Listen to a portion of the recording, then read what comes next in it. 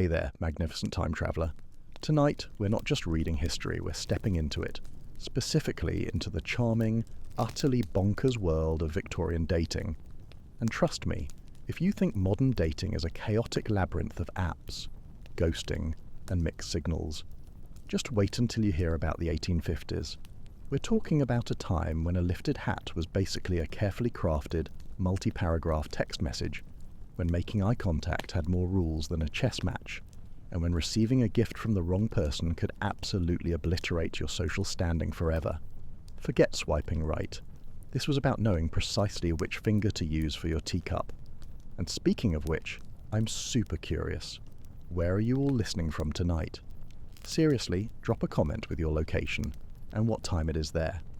It always blows my mind how people are drifting off to the clatter of horse hooves and the rustle of corsets all over the world. Right then, find that perfectly cozy spot, take a nice, slow, deep breath, and just let your body melt into whatever you're lying on. We're about to pop back to London, 1855, and trust you're going to be very grateful for that soft modern mattress by the time we're done. The Victorians had a charming phrase, making love. But hold your horses, literally. It didn't mean what you think. Making love back then meant courtship, the intricate, highly ritualized art of wooing someone properly. And if you wanted to survive the Victorian dating scene, you better know every single one of those bewildering rules. Because one false step could send you tumbling down the social ladder faster than a crinoline in a strong wind. So, congratulations! You just woke up in May of 1855. Right in the pulsating heart of London. But not the London you know. This is Queen Victoria's London, where coal smoke hangs thick as a particularly grumpy fog in the morning air, where horse hooves clatter a relentless rhythm against cobblestones outside your window, and where the smell is something else entirely. The Thames River, just a few streets away, carries all the effluent from 2.5 million people, and on warm days like today, that distinct aroma drifts right through your bedroom window. Your nose wrinkles involuntarily as you pull the heavy wool blankets further up to your chin, trying to create a tiny, fresh air fort. The good news? You're a sprightly 22 years old and from a respectable middle-class family. Your father owns a small but surprisingly successful haberdashery shop. Think fancy buttons, ribbons, and all the frilly bits that made Victorian fashion. This means you've got enough money for decent clothes, good food, and not enough to be completely idle, which would be dreadfully boring. The bad news? You're a woman in 1855, which means your entire future, your security, your social standing, your very existence as a respectable member of society hinges on one single, rather daunting thing: finding a suitable husband. And the rules for doing that are about as complicated as learning to waltz while juggling teacups blindfolded on a unicycle. You stretch your legs under the rough but clean cotton sheets, feeling the substantial weight of the heavy quilt pressing down on your chest. There's no central heating in this house, of course. Won't be invented for decades, bless our future selves. So, every morning starts with that familiar bone-deep chill that seeps through the thick stone walls. Your housemaid Mary has already been up since 5 a.m, bless her industrious soul, lighting the coal fires downstairs. You can hear her heavy, rhythmic footsteps on the wooden stairs as she carries the coal scuttle up to start the fire in your bedroom. Poor Mary. That scuttle weighs about 30 pounds when it's full, and she'll carry dozens of them up and down these stairs before the day is done, essentially doing a daily CrossFit workout just to keep the house warm. The bedroom door creaks open, and Mary slips in, her arms straining visibly with the weight of the coal. Her hands are already black with soot, and you notice the way she subtly favours her left shoulder, probably strained from all that lifting. She kneels by your large, cold fireplace, and you watch her skilled hands arrange the kindling and coal with quick, practiced movements. The first spark catches, then spreads, and soon there's a small, glorious orange glow pushing back against the morning cold, radiating a warmth that feels like a blessing. "Good morning, miss," Mary says, wiping her sooty hands on her apron. Her voice is soft, a little tired. "Your mother says you're to dress properly today. The Weatherbees are calling this afternoon and they're bringing their son." Your stomach does a little flip, a nervous flutter that feels suspiciously like a flock of butterflies attempting an escape. The Weatherbees. You've heard about their son, Thomas. 26 years old, recently returned from India where he worked as a clerk for the formidable East India Company. Your mother has been hinting, very strongly hinting, about this visit for weeks, and you know exactly what it means. This isn't just a social call, this is an inspection, a full-blown, high-stakes, future-of-your-life-on-the-line inspection. You sit up in bed, feeling the cool air hit your shoulders through your cotton nightgown. The fire is already making the room warmer, sending delicious tendrils of heat into the frigid space, but it'll be another hour before the bone-deep chill truly leaves you. You watch Mary move around the room, laying out your clothes for the day. Not just any clothes, your best day dress, the one made of dark blue wool, so fine it almost shimmers with tiny mother-of-pearl buttons running down the front. A dress that took your mother 3 months of careful saving and even more careful needlework to create. This is your battle armour. Mary, you say, your voice still rough with sleep, a slight tremor in it. What do you know about the Weatherby son? She glances quickly toward the closed door, then leans closer, a conspiratorial twinkle in her sooty eyes. Well, miss, I heard tell from their housemaid, who heard it from the cook's sister-in-law, that he's got all his teeth. Which is more than can be said for most gentlemen his age, you know, she winks. And she says he doesn't drink overmuch, though he does have a fondness for cigars. She pauses, picking up something from your dresser. Of course, he's been in India these past 4 years, so he might have picked up some strange ideas about things. The corset. You look at it with deep, profound resignation. Every single morning, Mary will lace you into this contraption of whalebone and tightly woven cotton that squeezes your ribs until you can barely breathe properly. It's designed to give you that perfect hourglass silhouette that's all the rage right now, but it also means you'll spend the entire day feeling like someone's got their hands wrapped around your waist, squeezing gently but persistently, like a very slow, fashion-forward python. You swing your legs out of bed, and your bare feet hit the cold wooden floor. The floorboards are wide planks of oak, polished smooth by decades of use, and they're always cold no matter how warm the fire gets. You stand up, shivering slightly, and Mary immediately starts unlacing your nightgown. This is normal. Privacy, as you know it, doesn't really exist for women in your position. Mary has seen you naked thousands of times, and she'll continue to dress and undress you until you marry, at which point your husband's valet, if you're very lucky, or your own lady's maid will take over. The chemise goes on first, a thin cotton undergarment that feels like wearing a very soft tea towel. Then the corset.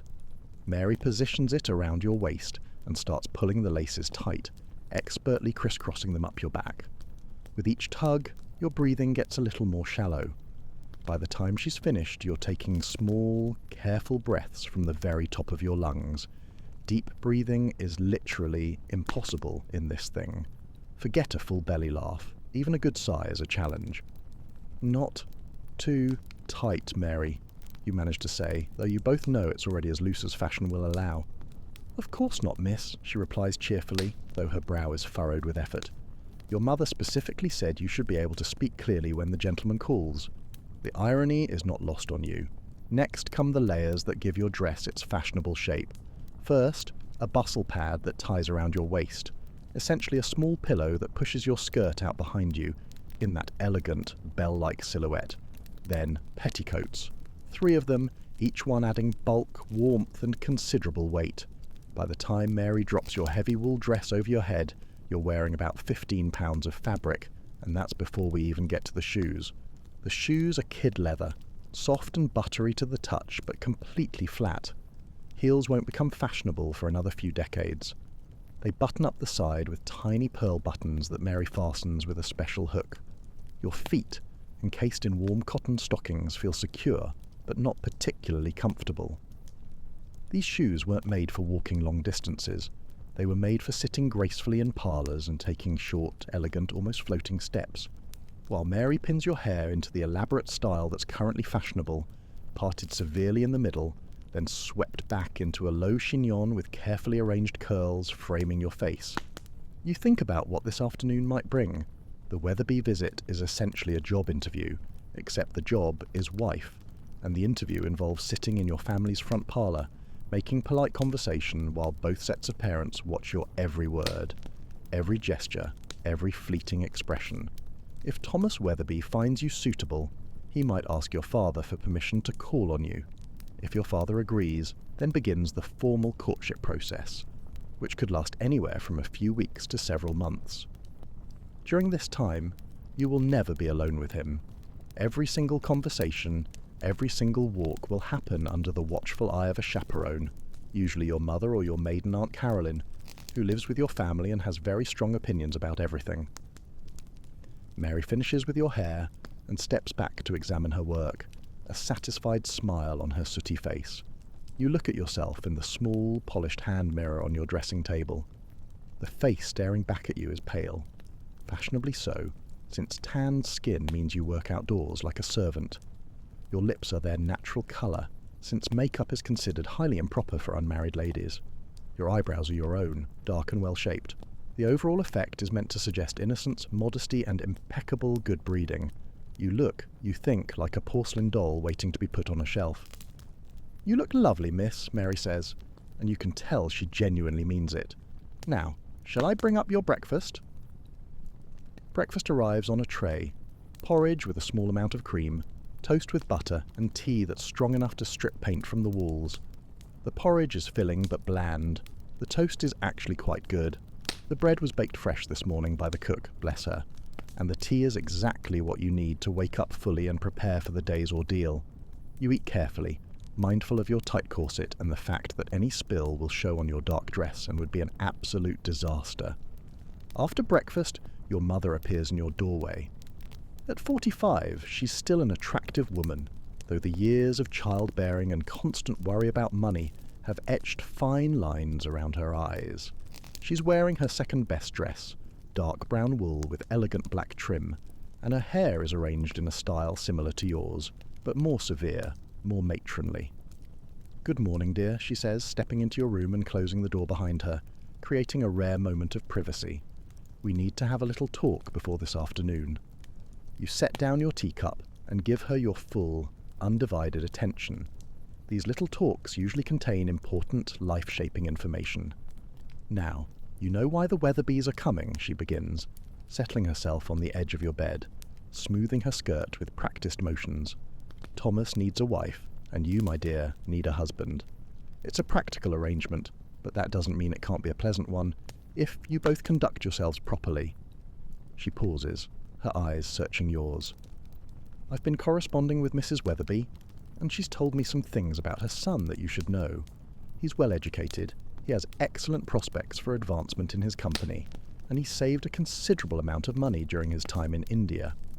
She pauses again, a hint of satisfaction in her voice. He's also, according to his mother, eager to settle down and start a family. You nod, though your stomach is doing nervous little flips again. Starting a family. That's the polite, utterly vague way of referring to the physical aspects of marriage that no one ever discusses directly, but that hover over every courtship like a very large, unspoken elephant in the parlour. "Now, there are some rules you absolutely must follow this afternoon," your mother continues, her voice firm, as if reciting from a sacred text. "First, you must not accept any gifts from him, no matter how small. A gentleman should not be giving gifts to a lady he's not engaged to, and accepting them suggests that you're encouraging his attentions inappropriately." She pauses for effect. This is straight from the etiquette books that your mother reads religiously. The Young Lady's Friend, published in 1837, specifically warns that one gift will lead to another, and encourages them to offer their hearts to you before you've even had tea. You sigh internally. So much for that charming little bouquet of wildflowers Thomas might bring. "Second," she continues, holding up a finger, "you must not touch him in any way. No shaking hands unless he's formally introduced by your father, and even then, keep it brief. If he offers you his arm, you may take it lightly, a mere feather-light touch, but otherwise, keep your hands folded primly in your lap." You think about how strange this must seem to young people today, where casual touching is so normal. But in 1855, Physical contact between unmarried people is serious business. Even engaged couples are limited to holding hands and perhaps exchanging chaste kisses. Always, always under supervision. Third, she declares, holding up a third finger, let him lead the conversation, but don't be afraid to show intelligence. He's been educated, so he'll appreciate a woman who can discuss something beyond the weather. But don't contradict him directly, even if you disagree. Find gentle ways to express different viewpoints. This is the truly delicate balance. Too much intelligence, and you risk being seen as unfeminine or, worse, threatening. Too little, and you might appear boring or, heaven forbid, stupid. You've been practicing this intricate balancing act your entire life, a constant internal tightrope walk. Finally, your mother says, reaching over to gently adjust a stray curl near your ear, her touch surprisingly tender. Remember that he's assessing you as much as you're assessing him. Watch how he treats the servants, how he speaks to your father, how he responds when things don't go exactly as planned. These small things will tell you much more about his true character than his polite parlour conversation. She stands up, brushing imaginary lint from her skirt, a final air of command about her. The Weatherbees will arrive at 3 o'clock precisely. We'll serve tea and the small cakes that Cook made yesterday. You'll sit on the settee near the window. The light is most flattering there. And I'll sit in the chair nearby. Your father will join us after he's spoken with Mr. Weatherby about business matters. After your mother leaves, you find yourself with several quiet hours to fill before the afternoon's performance begins. You walk downstairs to the family's small library, really just a room with 2 bookcases and a charming window seat, and select a volume of poetry. It's socially acceptable for young ladies to read poetry, though novels are still considered somewhat questionable, especially the scandalous ones you sometimes borrow from your friend Catherine. You settle into the window seat, the sunlight a pale square on the old floorboards, and try to concentrate on the verses, but your mind keeps wandering to the afternoon ahead, like a butterfly flitting nervously from thought to thought. The house around you is slowly coming to life. You can hear Cook banging pots in the kitchen as she prepares the midday meal, a simple, practical affair. The housemaid is sweeping the front steps, a job that has to be done twice daily because of all the relentless coal smoke and horse droppings in the street. Your father is in his study, the faint scratching of his quill audible as he goes over the shop's account books. The house smells of comforting coal fire, fresh beeswax polish, and the delicate lavender water your mother uses to freshen the linens, a fragrant attempt to combat the less pleasant odours that inevitably drift in. Through the window, you watch the street outside, a living, breathing tapestry of Victorian life. A milk cart rolls by, the driver calling out his wares in a voice that carries clearly through the glass. 2 ladies walk past, their voluminous skirts swaying with each graceful step, their arms linked as they chat animatedly. They're both wearing the same style of dress as you, dark colours, full skirts, tight bodices, but you can tell from the richer quality of their fabric and the gleam of their bonnets that they come from wealthier families. Behind them walks their maid, burdened with parcels and staying a respectful distance behind. A gentleman on horseback trots past, sitting ramrod straight in his saddle, his top hat perfectly positioned.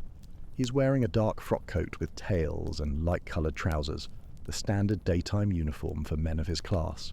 As he passes your window, he subtly touches the brim of his hat in a polite, almost imperceptible greeting, even though he doesn't know you.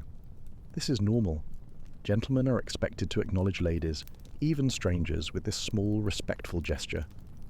The morning passes slowly. You read a few poems, help your mother arrange fresh flowers for the front parlour, placing them strategically to catch the flattering light, and practice a piece on the pianoforte. Playing music is one of the accomplishments expected of young ladies, along with speaking a little French, doing needlework, and being able to sketch passably well. You're not expected to be brilliant at any of these things, just competent enough to demonstrate that you've had a proper education and are therefore a suitable match for an educated gentleman. Lunch is a simple affair: cold meat, bread, cheese, and pickled vegetables. You eat lightly, partly because your corset makes large meals uncomfortable, and partly because you're too nervous to have much appetite.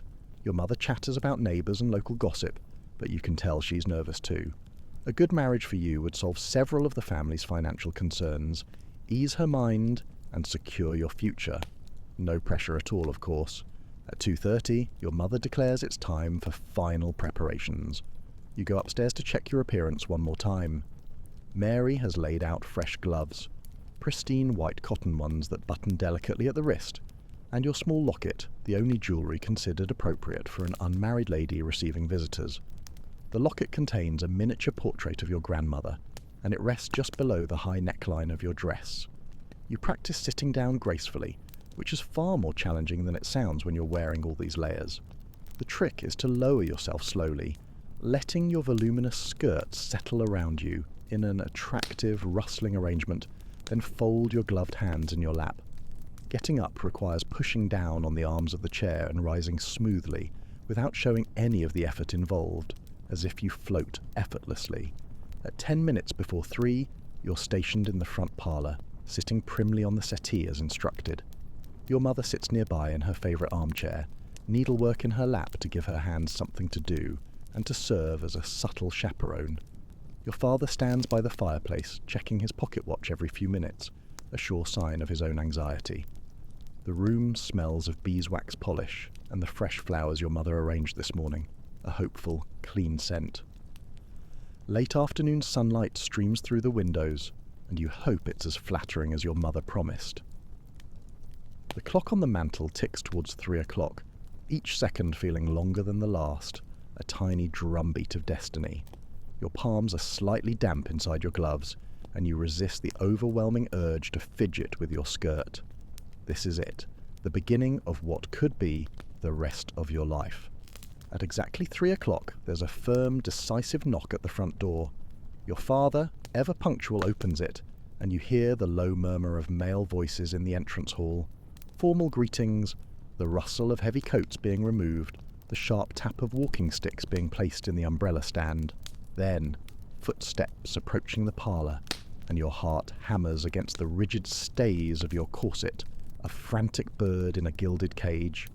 Mr. Weatherby enters first, Thomas's father, a distinguished gentleman with silver whiskers and a slight stoop that suggests hours bent over account books.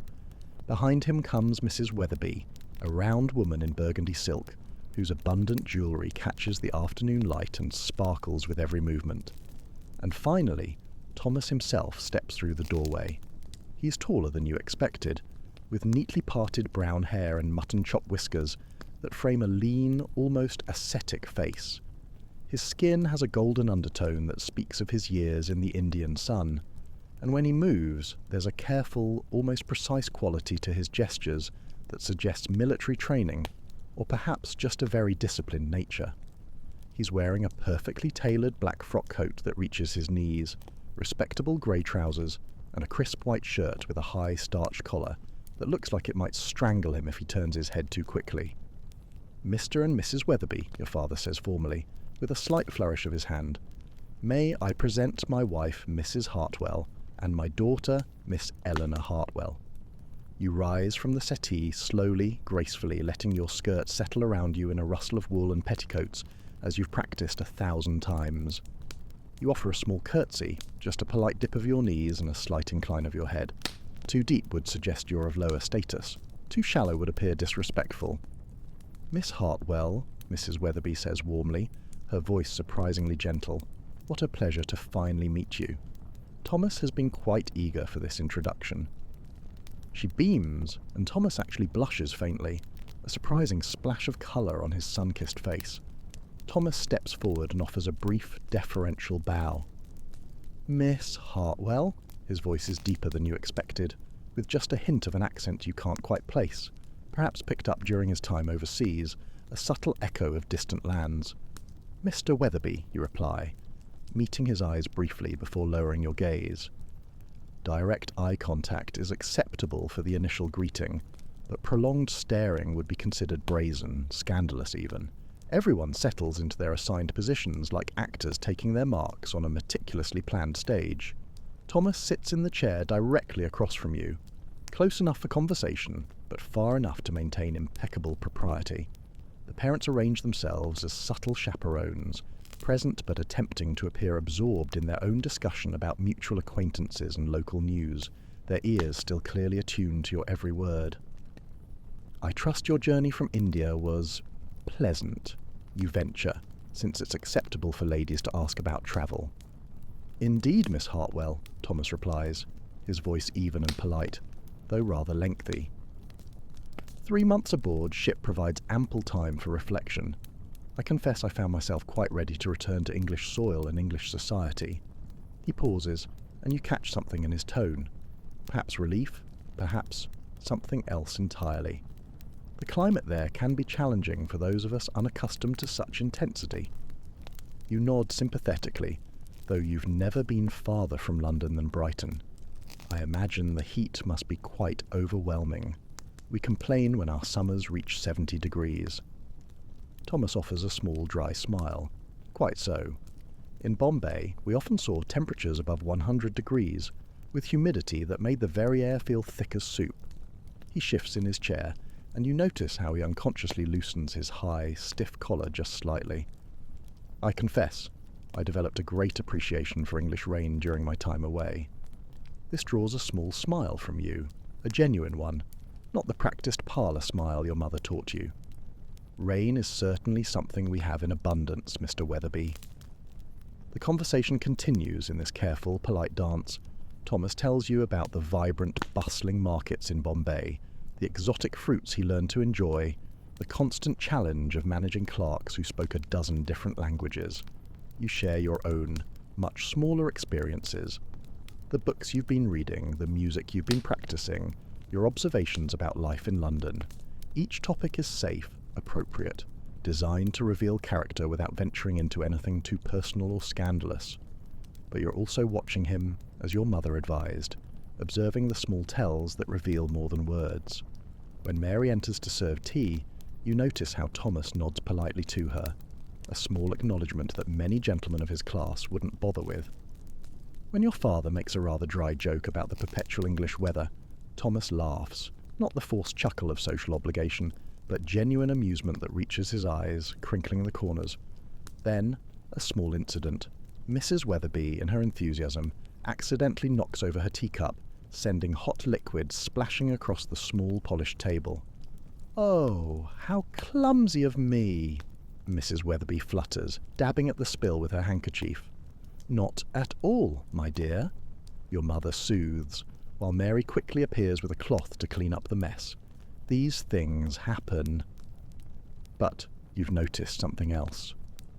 When the teacup clattered to the floor, Thomas flinched. Not just a normal startle response, but something deeper. His hands tensed for just a moment, and his eyes darted quickly toward the door, as if assessing an exit route. It lasted only seconds before he regained his composure, his face once again a mask of polite concern for his mother's spilled tea. But you filed the observation away. Something about sudden, loud noises affected him more than it should. A lingering echo from his time abroad, perhaps? The formal portion of the visit lasts exactly 1 hour, as etiquette demands. Any shorter would suggest disinterest, any longer would be presumptuous. As the Weatherbys prepare to leave, Thomas requests a brief word with your father. A conversation that takes place in the hallway, just out of earshot, but visible to everyone in the parlour through the open doorway. You watch your father nod several times, a thoughtful expression on his face. Thomas gestures occasionally as he speaks, his hands moving with that same careful precision you noticed earlier. After perhaps 5 minutes, they shake hands, and your father's expression suggests the conversation went well. "Miss Hartwell," Thomas says, returning to the parlour, his voice a little more resonant. "With your father's kind permission, I would be honoured to call on you again. Perhaps Sunday afternoon, if that would be agreeable." Your heart does a little skip, a joyous flutter against your corset. This is it, the formal beginning of courtship. "That would be very pleasant, Mr. Weatherby," you manage, your voice as steady as you can make it. After they leave, your mother immediately begins the post-visit analysis, a whirlwind of observations.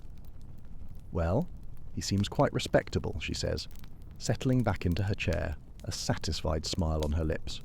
"Good posture, clean fingernails, polite to the servants, and did you notice how he helped when I spilled the tea?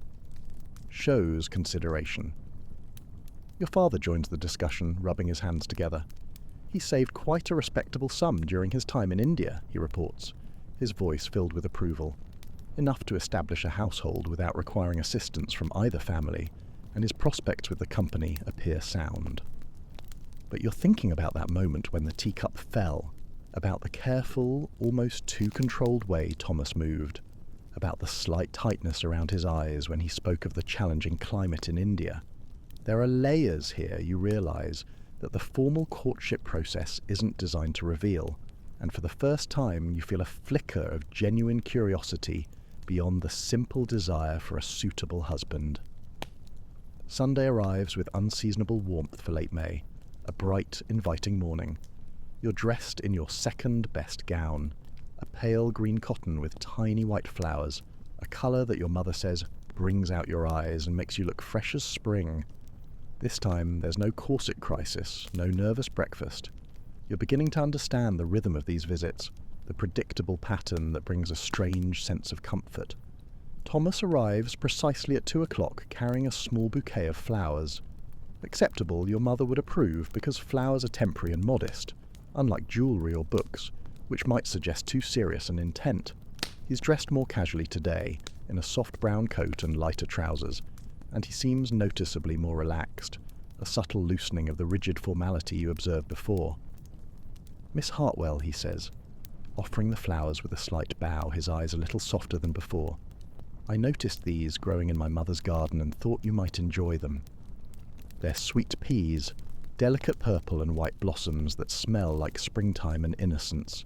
As you take them, your gloved fingers brush his for just an instant, and you feel a small electric shock, a surprising warmth that has nothing to do with static from your wool dress. They're lovely, you say, burying your face in the fragrant petals to hide the flush you feel rising in your cheeks. Sweet peas are my favourites." "I hoped they might be," he says, and there's something in his tone that suggests this choice wasn't as casual as he made it seem, a hint of genuine thoughtfulness that surprises you. This visit feels different from the first. With the initial formalities out of the way, the conversation flows more naturally, less like a scripted play. Thomas tells you about his childhood, growing up as the youngest of 4 sons, always trying to prove himself worthy of attention. You share stories about your own education, the small school you attended where you learned French and drawing, and enough mathematics to manage household accounts, the perfect accomplishments for a future wife. "I confess, Miss Hartwell," Thomas says during a lull in the conversation, his voice a little lower, more intimate, "I find London quite overwhelming after 4 years in smaller communities in India. The noise, the crowds, the sheer pace of everything. Sometimes I wonder if I've forgotten how to be properly English." There's a quiet vulnerability in this admission that surprises you. Gentlemen aren't supposed to express uncertainty or weakness, especially to an unmarried lady they are courting. Yet here he is, acknowledging that the transition home hasn't been as smooth as expected. "Perhaps," you say carefully, choosing your words with a practiced hand, "it's not about being properly English, Mr. Weatherby, but about finding your own way of being English now. 4 years is a long time. You've had experiences that most of us can't even imagine." He looks at you with something approaching surprise, as if he hadn't expected such understanding. "You're very perceptive, Miss Hartwell." He holds your gaze for a moment longer than strictly necessary, and a subtle warmth spreads through you. Over the following weeks, Sunday visits become a comforting routine. Thomas calls every Sunday at 2 o'clock, staying for exactly the prescribed hour. Sometimes you sit in the parlour, sometimes you walk in the small walled garden behind your house, always with your mother or Aunt Caroline within sight, a watchful gargoyle over your burgeoning relationship. The conversations grow deeper, more personal, though still bounded by the strict limits of propriety. You learn that Thomas has nightmares sometimes. He mentions this obliquely when explaining why he often looks tired on Monday mornings. You discover that he writes poetry, though he's too embarrassed to share any with you. He tells you about the strange foods he learned to enjoy in India, the vibrant festivals he witnessed, the daunting complexity of managing business relationships across vast cultural divides.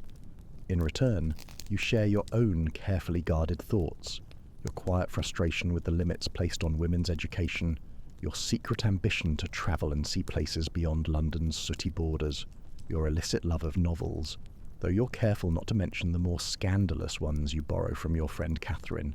During your fourth Sunday visit, a particularly warm and breezy afternoon, Thomas makes a request that sends your pulse racing. "Miss Hartwell," he says, glancing quickly toward where your mother sits with her needlework, pretending not to listen. "I wonder if you might consent to accompany me to the exhibition at the Crystal Palace next Saturday, with proper chaperonage, naturally." This is significant. Attending a public event together represents a new level of courtship, a semi-public declaration that you're officially keeping company. Your mother's needle pauses mid-stitch in her embroidery, her head cocked, waiting for your response. "I would be delighted, Mr. Weatherby," you say, trying to keep your voice steady despite the definite flutter of excitement in your chest. The Crystal Palace, rebuilt in South London after the magnificent Great Exhibition of 1851, it represents everything modern and exciting about this booming Victorian age.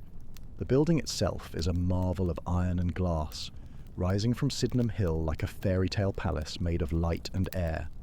Inside, there are vast gardens, sparkling fountains, incredible exhibits from around the world, and enough wonders to fill days of exploration. Saturday arrives, bright and gloriously clear. You're dressed in your absolute best, a dress of deep blue silk that took your mother 6 months to save for, with a matching jacket and a small, elegant hat adorned with silk ribbons. Your gloves are pristine white kid leather, and you carry a small, beaded reticule that contains your handkerchief, smelling salts, just in case the crush of people becomes too much, and a few precious coins. Thomas arrives with a hired carriage, an open landau that will allow for proper supervision, while providing the adventure of travelling together. Aunt Caroline, selected as chaperone for her famously stern demeanour and eagle eyes, settles herself in the facing seat. She's wearing her most forbidding expression and her sharpest hat, the one with the feathers that seem to point accusingly at anyone who might consider impropriety. The drive through London is an adventure in itself.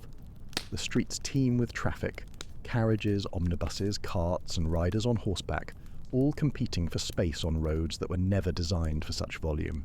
Street vendors call out their wares. "Fresh flowers, penny a bunch. Hot pies, meat pies, sweep your chimneys, soot away."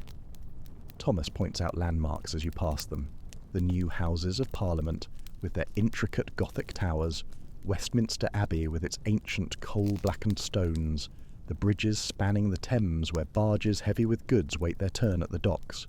The river itself is thick with traffic, steamboats belching black smoke, sailing ships with their forest of masts, and the constant parade of smaller craft ferrying people and goods across the murky brown water.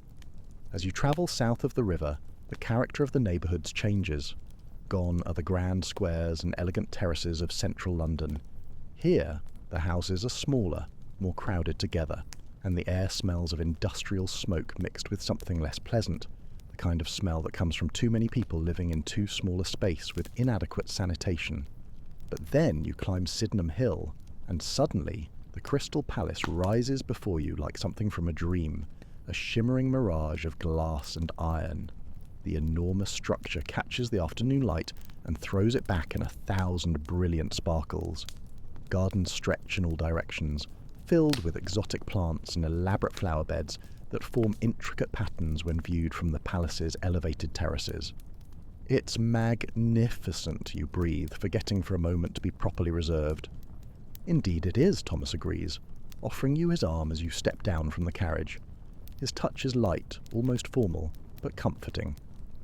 Though, I confess, it reminds me a bit of some of the palaces I saw in India. This Victorian confidence in iron and glass and human ingenuity. Inside the palace, you're immediately overwhelmed by the sheer scale and variety of everything.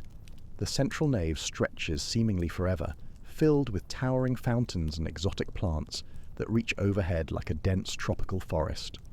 There are exhibits on every conceivable subject, the latest industrial machinery, gleaming and complicated, vast collections of butterflies from around the world, pinned like colourful jewels, displays of native crafts from the far reaches of the British Empire, and artistic installations that blend science with beauty in ways you've never imagined. Thomas guides you through the crowds with careful attention to your comfort. When the press of people becomes too thick, he steers you gently toward quieter alcoves, his hand subtly at your back. When you pause to examine a particularly interesting display, perhaps a working model of a steam engine or an intricately carved ivory tusk, he waits patiently without hurrying you along. When Aunt Caroline, after an hour of eagle-eyed chaperonage, declares herself in need of refreshment, Thomas immediately locates a tea room where she can rest her feet, bringing her a fresh cup of Darjeeling and a plate of biscuits. It's during this respite, while Aunt Caroline is happily occupied with her tea and scone, that Thomas leans slightly closer and speaks in a voice only you can hear, a quiet murmur amidst the distant hum of the palace.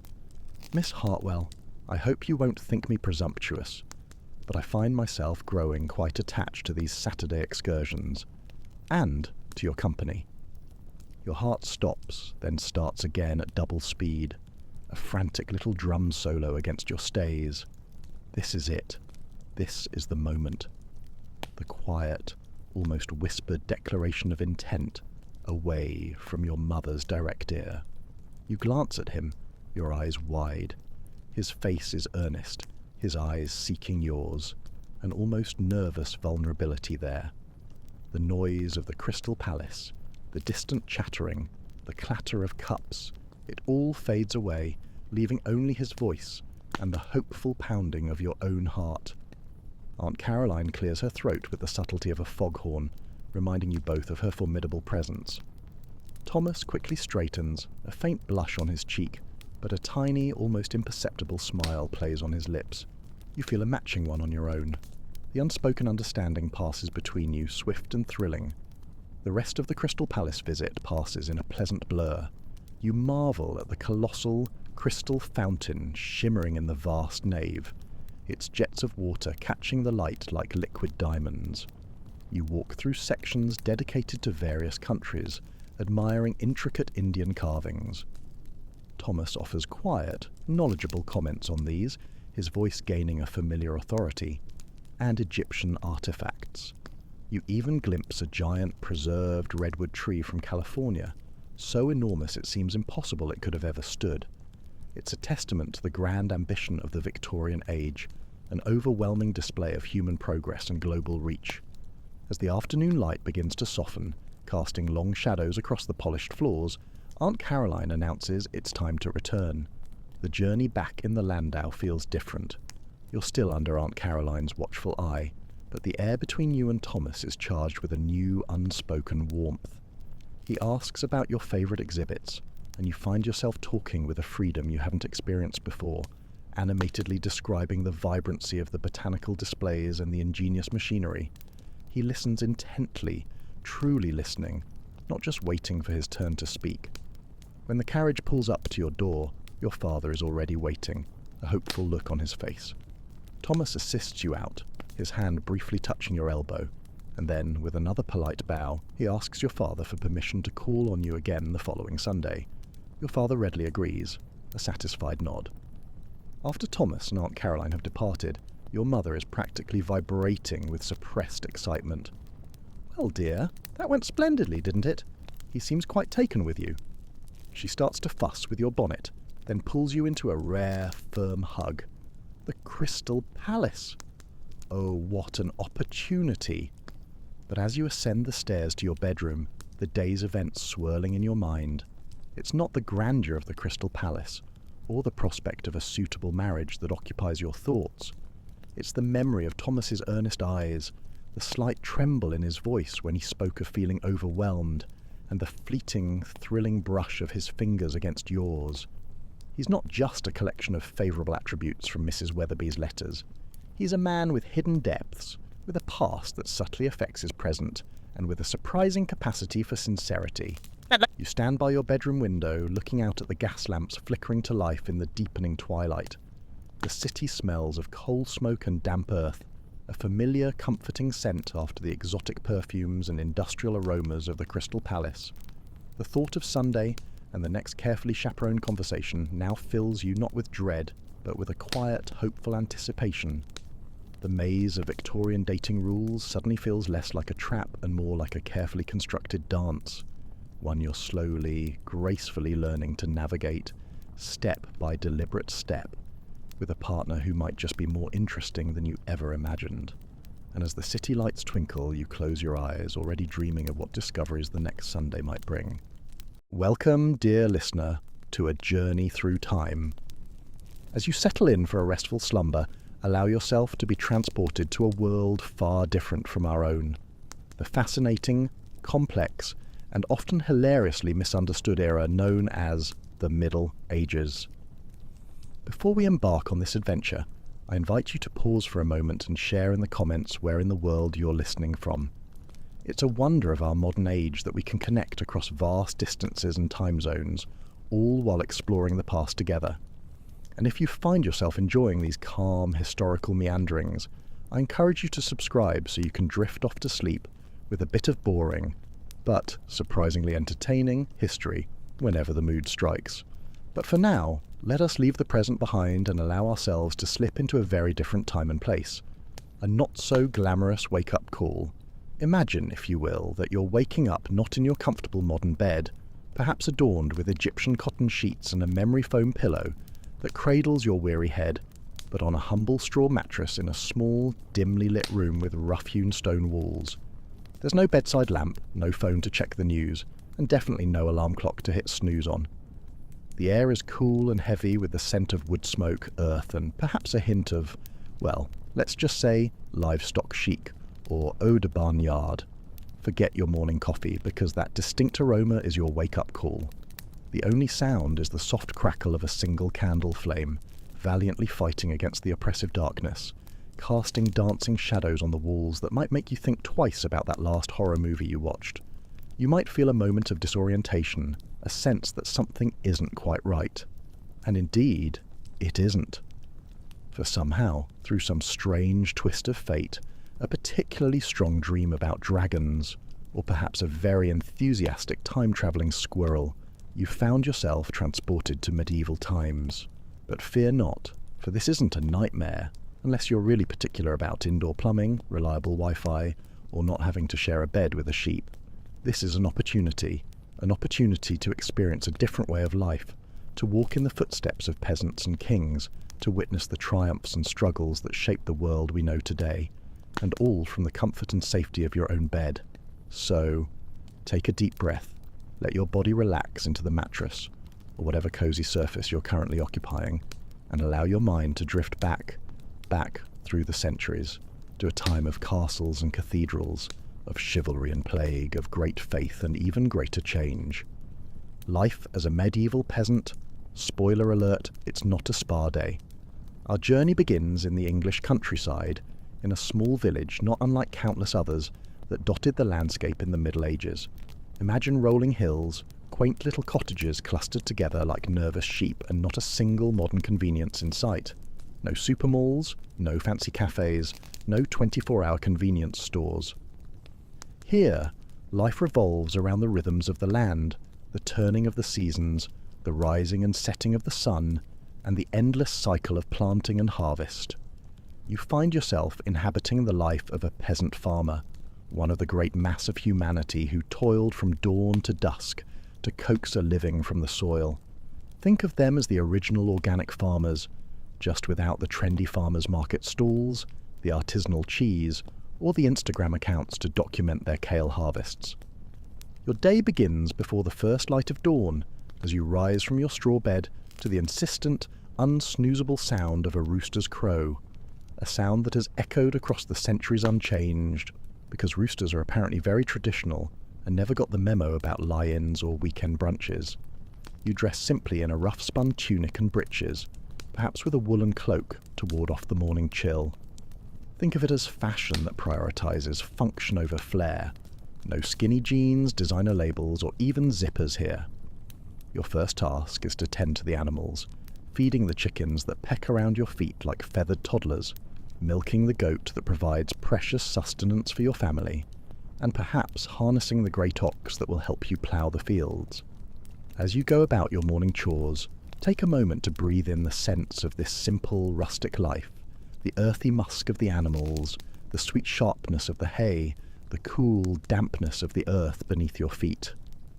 These are the smells of a life lived close to the land, a life of hard work and, let's be honest, probably not a lot of deodorant, luxurious bath oils, or even a basic bar of soap. With the animals tended, you return to your small one-room cottage, where your family is beginning to stir, probably rubbing the sleep out of their eyes and wondering if it's too early for a mid-morning nap, or if they should just accept their fate and get to work. Together, you break your fast on a simple meal of barley porridge and stale bread, washed down with a cup of weak ale. The flavours are plain but hearty, fuel for the long day of work ahead. Don't expect any artisanal toast, avocado, or a fancy latte here, folks. As the sun rises over the horizon, painting the sky in shades of pink and gold, you set out for the fields, ready to begin the back-breaking labour that is the lot of the medieval peasant. With your ox and plough, you turn the rich, dark earth, preparing it for the planting of crops. Wheat and barley, rye and oats, the staples that will feed you and your family through the long winter months. The work is hard and the days are long. You feel the sun beating down on your back, the sweat trickling down your face, the ache in your muscles as you push yourself to keep pace with the turning of the plough. It's a full-body workout, no gym membership required, and definitely no personal trainer telling you to push harder. But there is also a certain satisfaction in this labour, a sense of purpose and place in the grand scheme of things. As a peasant, your life isn't entirely your own. You're bound to the land and to the local lord who owns it, obligated to work his fields and pay him a portion of your harvest in exchange for his protection, which mostly meant he wouldn't let anyone else mess with you or your crops before he got his cut, because, chivalry was all about sharing with the lord. It's a simple arrangement, but one that defines the lives of millions across medieval England. Think of it as an ancient, really intense subscription service, where the payments were non-negotiable and failure to pay could result in unpleasant consequences. William's big break. No, not a Pottery Barn commercial. But even in this humble existence, there's room for dreams and ambitions. As you work the fields, your mind might drift to the young boy running between the furrows, laughing as he chases after a butterfly, or plays at sword fighting with a stick. He probably dreams of a world where he doesn't have to scoop manure, or where he can wear something other than rough wool. Little do you know that this carefree child, born a peasant like yourself, is destined for greatness, for a rise to power that will shape the very course of history. His name is William, and his story is one of the great tales of the Middle Ages. Born into poverty, orphaned at a young age, talk about a rough start in life, no trust fund babies here. William's life takes a remarkable turn when he's taken in by a local lord and made his squire. It's a rare opportunity for a peasant boy, a chance to escape the life of toil and servitude that is the fate of most. Think of it as getting into an exclusive private school when you were expecting to just attend the local dirt patch, and then excelling beyond anyone's wildest expectations. William seizes this chance with both hands, probably with a firm, determined grip that says, "I'm not going back to shoveling dung." He learns quickly, absorbing the arts of horsemanship and swordsmanship, the intricacies of courtly etiquette and military strategy. He grows into a formidable young man, tall and strong, with a quick mind and a natural air of authority. Basically, he's the medieval equivalent of a triple threat: brains, brawn, and a killer political instinct. His talents do not go unnoticed. William catches the eye of the powerful Duke of Normandy, who sees in him a kindred spirit, a man of ambition and cunning who could be a valuable ally. The Duke takes William under his wing, knights him, and grants him lands and titles of his own. It's a dizzying rise for a former peasant, like going from zero to hero in a matter of years, complete with a new wardrobe and a much better address. But William is just getting started. He has his sights set on an even greater prize, the English throne itself. Because why stop at Duke when you can be king? It's the ultimate promotion after all. The 1066 takeover, Hastings, Harold, and a really bad headache.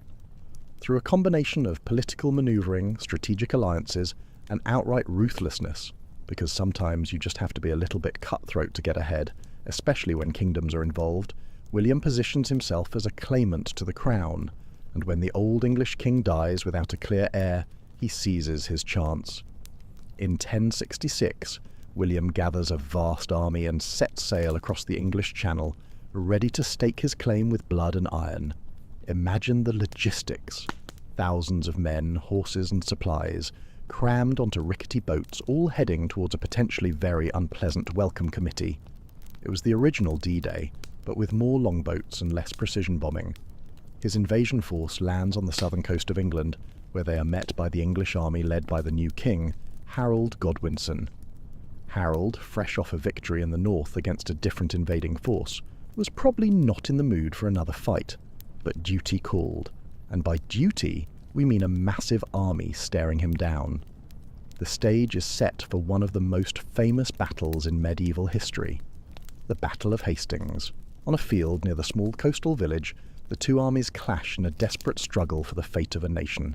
The English are formidable foes, fierce warriors who fight with the strength of men defending their homeland. They form an impenetrable shield wall, their battle axes and spears bristling like the quills of some great angry hedgehog. For hours they hold firm against the onslaught of the Norman cavalry, repelling charge after charge. It's a brutal, bloody deadlock, a testament to sheer willpower and a lot of shouting. But William is a cunning commander, and he has a trick up his sleeve, probably learned from watching too many tactical YouTube videos, if they existed, or just being really good at thinking on his feet. He orders his cavalry to feign a retreat, drawing the English out from their defensive positions, like luring a dog with a treat, or a very stubborn child with a promise of ice cream. And then, when the moment is right, he wheels his horsemen around and charges, smashing into the exposed English flanks. It's a devastating tactic, and it turns the tide of the battle. By day's end, the field is strewn with the bodies of the slain, and the English army is in full retreat. King Harold himself is dead, reputedly struck down by an arrow to the eye. Ouch. Talk about a bad day at the office, and a rather specific way to go. William stands victorious, the crown of England now firmly within his grasp. On Christmas Day, 1066, he is crowned king in Westminster Abbey, ushering in a new era of Norman rule that will transform the country forever, and probably give everyone a much-needed holiday break after all that fighting, though peace on earth might have felt a bit ironic at the time. Norman makeover, French accents and lots of castles. The Norman conquest, as it comes to be known, is a watershed moment in English history. It brings with it sweeping changes to the language, culture and power structures of the nation. French becomes the language of the court and the nobility, while English is relegated to the speech of the common folk, who, let's be honest, probably just added a lot of fancy French words to their existing vocabulary anyway, leading to some truly magnificent linguistic mishmashes, like saying pork instead of swine, because it sounded fancier. The old Anglo-Saxon aristocracy is uprooted and replaced by William's loyal Norman barons, who are granted vast tracts of land to secure their allegiance. Imagine a massive game of musical chairs, but with actual land deeds and very sharp swords. These barons waste no time in asserting their newfound power and prestige. Across the countryside, the landscape begins to change as the Normans embark on a massive programme of castle building. Motte and bailey. Castles spring up like mushrooms after a particularly wet rain, great earthen mounds topped with wooden keeps surrounded by deep ditches and sturdy palisades. These early castles are relatively simple affairs, built more for function than form, because who needs fancy wallpaper or a grand ballroom when you're trying to keep out angry villagers or rival lords with their own impressive mushroom-shaped fortifications? But over time, as Norman rule becomes more entrenched, they give way to ever larger and more elaborate fortifications. Stone replaces wood, and the classic medieval castle takes shape, a towering keep surrounded by thick curtain walls, with soaring towers and crenellated battlements, all encircled by a wide, deep moat. Think of them as the ultimate fortified McMansions of their day, only instead of a 3-car garage, they had a drawbridge and murder holes. For the Norman elite, these castles are more than just military strongholds. They are symbols of wealth and power, the physical embodiment of their dominance over the conquered English. Within their walls, the great lords and ladies play out the rituals and intrigues of courtly life, dining on sumptuous feasts in the great hall, entertained by minstrels and jesters, who, let's face it, probably had some pretty awkward jokes back then, and if they weren't funny, well, it was off with their heads. Talk about high-stakes comedy. But life in a medieval castle isn't all pomp and pleasure. It's also a hive of industry and activity, a small town unto itself. In the bailey, the blacksmith's forge glows red as he hammers out swords and armour, creating custom-fitted protection for the knights, complete with all the necessary dents and scratches. Meanwhile, fletchers carefully craft arrows and bowstrings, ensuring a steady supply of pointy projectiles for any unwanted visitors. Men-at-arms train in the yard, the clash of their practice swords ringing off the stone walls. Basically, a medieval gym with a higher risk of actual dismemberment and less inspiring motivational music. And in times of trouble, the castle becomes a refuge, a place of safety for noble and commoner alike. When war or unrest threatens, the drawbridge is raised, the portcullis lowered, and the great gates swung shut, sealing the castle and its inhabitants off from the dangers of the outside world. It was basically the original Lockdown, but with more actual locks and fewer Netflix binges. The church, where piety met power and sometimes a really big hat. But the castle isn't the only bastion of power and authority in the medieval landscape. Equally impressive, and in some ways even more influential, are the great cathedrals and monasteries that dot the countryside, soaring monuments to the might and grandeur of the Catholic Church. In an age where faith is the cornerstone of daily life, the Church wields immense power and influence. It is the guardian of learning and knowledge, the arbiter of morality and justice, the gateway to salvation and eternal life. To be in the good graces of the Church is to be in the good graces of God himself. And let's be honest, you really didn't want to tick off the big guy back then, especially with all those vivid descriptions of hellfire and brimstone sermons. The monasteries in particular serve as crucial centres of learning and culture. Within their cloistered walls, monks painstakingly copy and illuminate manuscripts, preserving the wisdom of the ancients and the teachings of the Church. They were the original librarians, painstakingly working before the invention of the printing press, which would have saved them a lot of hand cramps and spilled ink. They are also economic powerhouses, with vast land holdings worked by peasants and serfs, producing wool, grain, and other valuable commodities. For many, the Church provides the only path to education and social advancement. The sons of nobles and wealthy merchants might be sent to the monasteries to be trained as scholars and clerics, while the daughters are dispatched to convents to be educated in the womanly arts of needlework and household management. Because apparently women mostly needed to be good at sewing and making sure the dinner was on time, while men got to read all the cool books and wear fancy robes. But the Church isn't just a benevolent force. It's also a source of great fear and superstition, a stern and often unforgiving taskmaster. From the pulpit, preachers rail against the sins of greed, lust, and gluttony, warning of the eternal torments that await the unrepentant sinner in the fires of hell. Basically, they were the original hellfire and damnation evangelists with a flair for dramatic storytelling. For some, this message of salvation through suffering and self-denial is a call to a higher purpose. The Benedictine monks, for example, take vows of poverty, chastity, and obedience, withdrawing from the world into a life of prayer and contemplation. They rise before dawn to chant the divine office, spend their days in silent study and manual labour, and retire to their sparse cells at night for a few hours of sleep on a hard straw mattress, which probably felt like a luxury after a day of being that holy and pious, and definitely more comfortable than sleeping on a bed of nails, which some ascetics reportedly tried. But not all men of the Church are so austere. The powerful abbots and bishops are often as involved in worldly affairs as any secular lord, engaging in politics and diplomacy, even leading armies into battle in defence of their lands and interests. The line between spiritual and temporal power is often blurred, and the struggle for supremacy between church and state is a constant undercurrent of medieval life. It was a bit like a perpetual turf war, but with more incense, stained glass, and very impressive hats. The Crusades, Holy wars and accidental cultural exchange. Nowhere is this struggle more evident than in the great drama of the Crusades. In 1195, Pope Urban II issues a call to arms, urging the Knights of Europe to take up the cross and embark on a holy mission to free Jerusalem and the Holy Land from Muslim rule. It is a clarion call that will echo across the centuries, setting in motion a series of wars that will shape the course of history. For the crusading knights, it's a chance for glory and salvation, an opportunity to prove their valour and piety on the field of battle.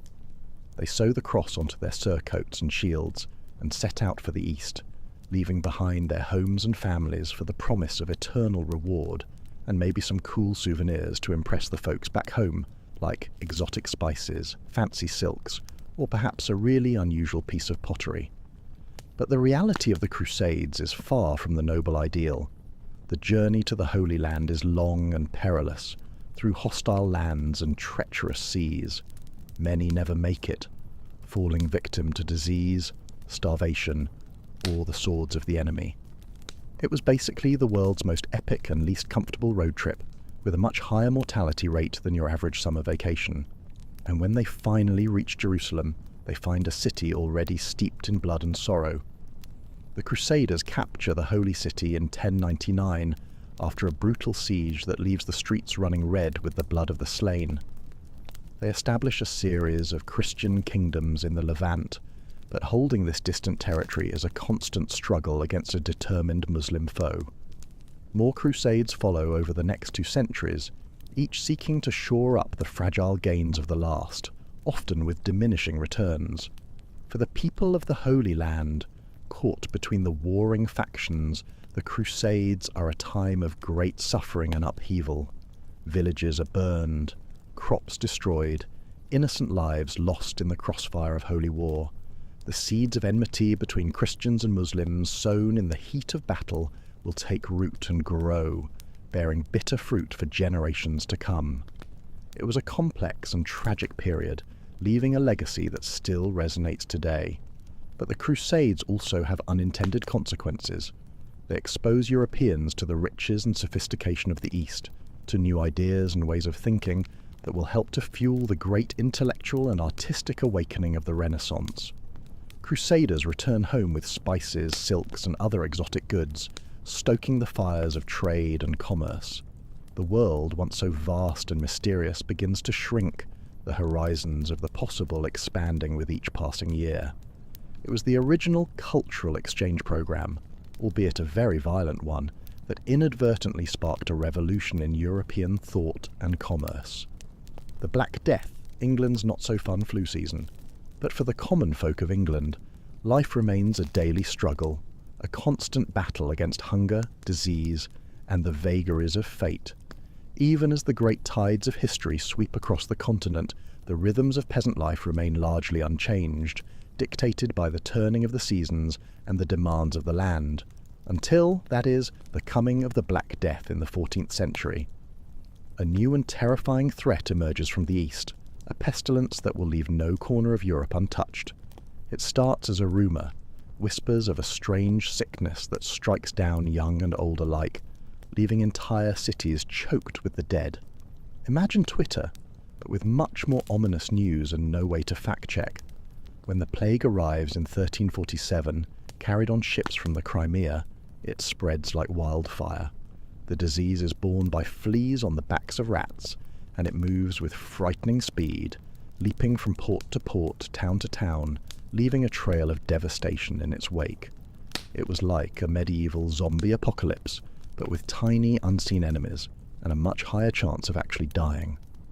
The symptoms are horrific: fever and chills, vomiting and diarrhea, the telltale swollen black buboes that give the pestilence its name, and were definitely not a fashion statement, unless you were going for morbidly chic. Most who contract the disease die within days, their bodies piled in the streets to be collected by the dead carts that roll through the towns and villages. Talk about a grim commute and an even grimmer job. No wonder they called them gravediggers. Panic and despair grip the populace.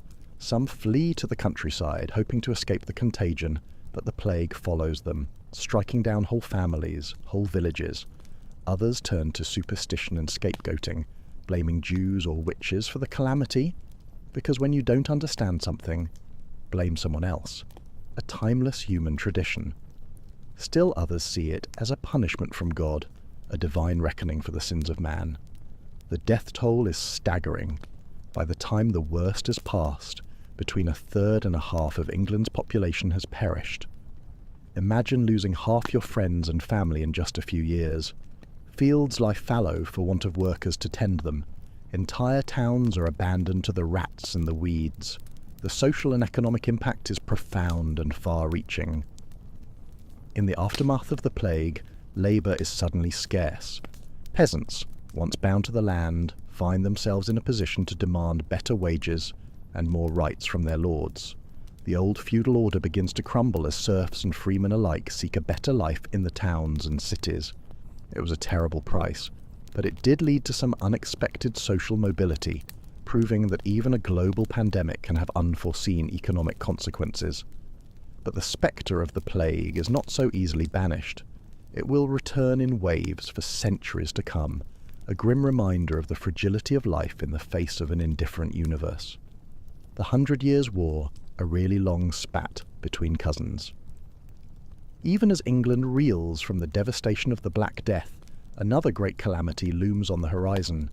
In the rolling fields of France and the muddy pastures of England, two great powers are locked in a struggle for supremacy that will consume a generation, the 100 Years' War. As it comes to be known, it's a conflict born of dynastic ambition and national pride. It begins as a dispute over the French crown, with England's King Edward III claiming the throne through his mother's line, because medieval family trees were more tangled than a ball of yarn after a cat played with it, and involved a lot more fighting over inheritance than just who gets Aunt Mildred's china cabinet. But it quickly escalates into a bitter struggle for territory and influence, as the two kingdoms vie for control of the rich lands of Aquitaine and Normandy. This was not your typical family squabble over who gets the last slice of cake. This was a war that dragged on for over a century, involving countless battles, sieges, and acts of daring, like Joan of Arc's unexpected rise to military leadership. The daily grind, a peasant's life, still no spa. As the morning sun filters through the narrow window of your cottage, you awaken to the sound of a rooster crowing in the distance. The air is cool and crisp, carrying the scent of wood smoke and damp earth. You stretch and rise from your straw mattress, your body aching from the previous day's labours in the fields. Life as a medieval peasant isn't easy, but it's the only life you've ever known. Your days are ruled by the rhythms of the seasons and the demands of your feudal lord. You are but one small piece in the great hierarchical puzzle of medieval society, bound by duty and tradition. It's like being stuck in the same unglamorous job with no promotion prospects, ever, and your boss owns your house and your entire existence.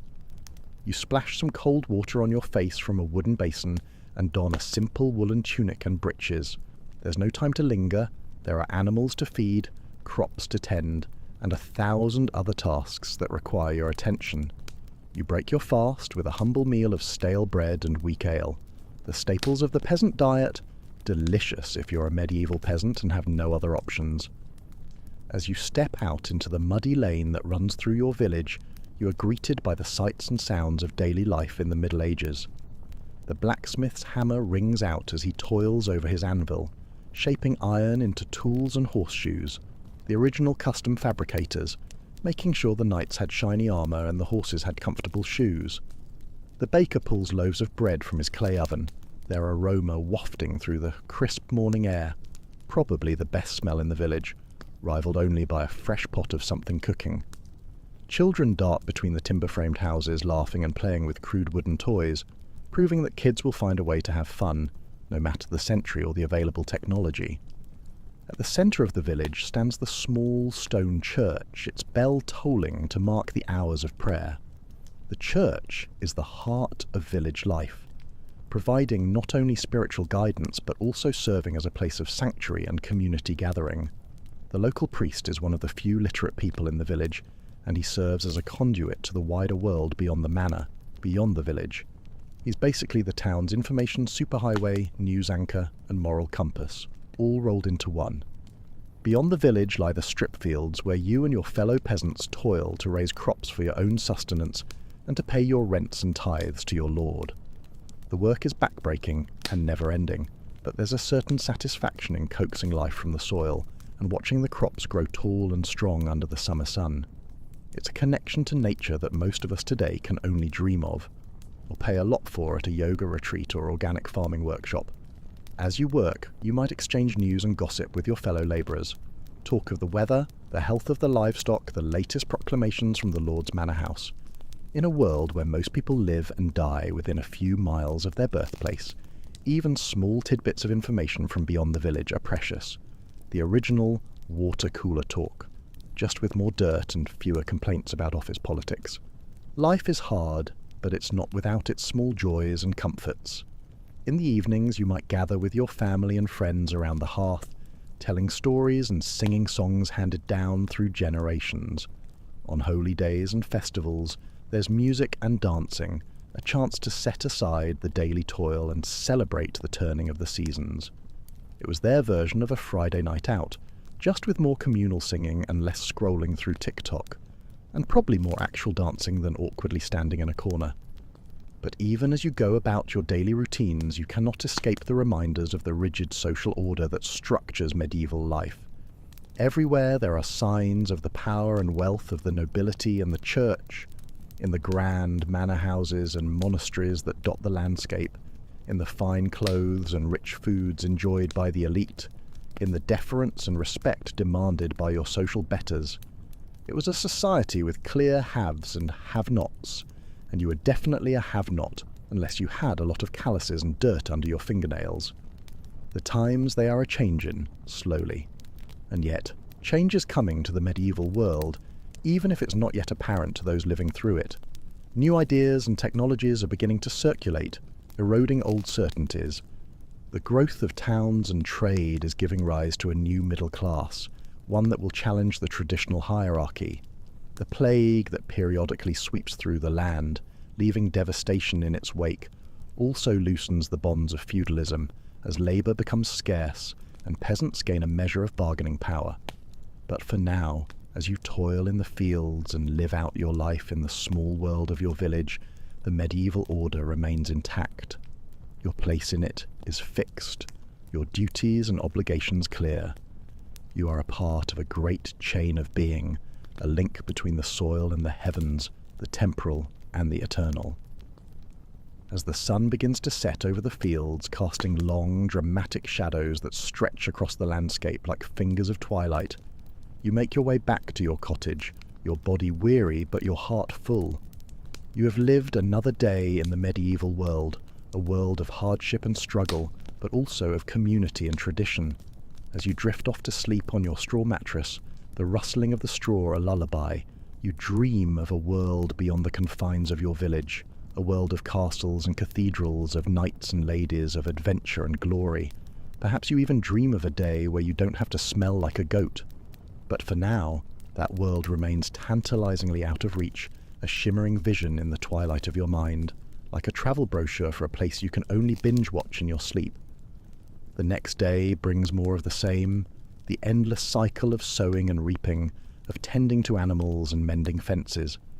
But even in the midst of this daily grind, there are moments of beauty and grace, the sound of the church bell ringing out across the fields, calling the faithful to prayer, a melody that transcends time and space, the sight of a hawk wheeling high overhead, silhouetted against a cloudless blue sky, a silent reminder of nature's majesty and indifference, the laughter of children as they play in the village square, their voices echoing off the timber-framed houses, proving that joy finds a way, even in tough times, and that kids will always find a way to make noise. And always there are the stories, tales of great heroes and saints, of miracles and marvels passed down from generation to generation. In a world where most people cannot read or write, these stories are the lifeblood of culture, the threads that bind the community together. You might hear tales of the great King Arthur and his Knights of the Round Table defending the realm against the forces of evil, because every age needs its superheroes, even if they wear chainmail and ride horses. or of the saintly King Edward the Confessor, who could cure scrofula with his touch. Talk about a handy party trick and a good reason to be a monarch, instant medical care. Of the brave knights who ventured to the Holy Land on crusade, seeking to reclaim Jerusalem for Christendom. These stories offer a glimpse of a wider world beyond the confines of the village, a world of high adventure and noble deeds. They inspire and uplift, reminding you that even the lowliest peasant can aspire to greatness through faith and valour. But the stories also serve another purpose, to reinforce the social order and the values that underpin it. The tales of chivalrous knights and virtuous ladies, of wise kings and holy saints, all serve to buttress the hierarchy of medieval society, to make it seem natural and ordained by God. It was like a medieval marketing campaign for the status quo, reminding everyone of their place in the divine order. And so, you listen to these stories, absorbing their lessons and their morals, even as you go about your daily tasks. They become part of the fabric of your life, shaping your understanding of the world and your place within it. The endless cycle, and a slightly philosophical ending. As the days turn into weeks and the weeks into months, the rhythms of medieval life continue their eternal cycle. The seasons change, from the soft greens of spring, signalling new life, to the rich golds of autumn, a time of harvest and preparation for winter's chill. Babies are born and old folks die, the great wheel of life turning on inexorably, and through it all the land endures. The fields and forests, the rivers and hills that have sustained generations of peasants like yourself. It's a hard life, a life of toil and struggle, but it's also a life deeply rooted in the soil, in the timeless patterns of nature. In moments of quiet reflection, perhaps while mending a fence or waiting for your bread to rise, or simply gazing at the stars on a clear night, you might ponder the mysteries of the world, the great questions that have puzzled humanity since the dawn of time. What is the purpose of life? What lies beyond the veil of death? How can one live a good and righteous life in a world so full of suffering and injustice? The Church offers answers to these questions, but they are not always satisfying, often feeling like riddles wrapped in dogma. The priests speak of the need for faith and obedience, for acceptance of one's lot in life. They promise the rewards of heaven for those who follow the teachings of Christ.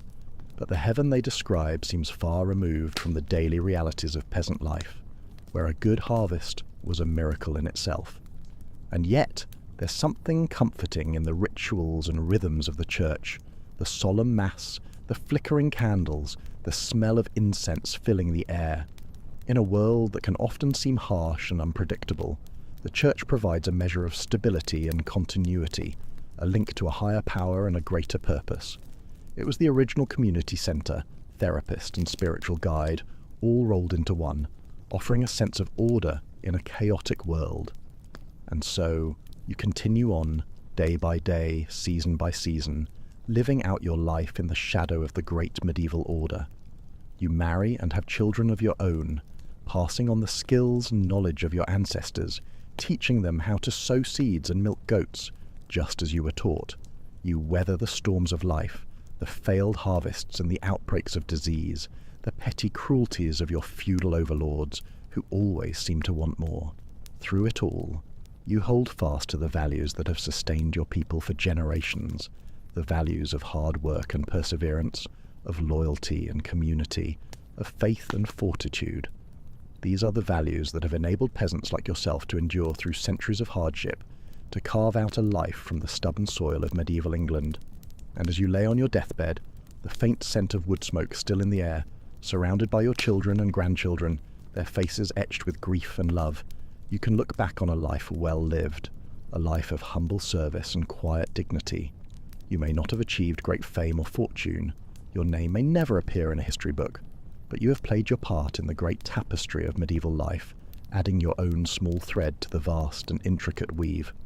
As you close your eyes for the final time, feeling the warmth of your family's hands in yours, you can take comfort in the knowledge that the world will go on without you, that the fields will still be ploughed and the prayers still said, that the stories will still be told and the songs still sung. For in the end, it's not the individual that matters, but the community, the great chain of being that links the lowliest peasant to the mightiest king, the living to the dead, the temporal to the eternal, the echoes of the past, and a goodnight kiss for your brain. As the years turn into decades and the decades into centuries, the medieval world that you knew slowly fades away, giving way to new eras and new ways of thinking. The castles crumble, the monasteries adapt, and new technologies reshape society.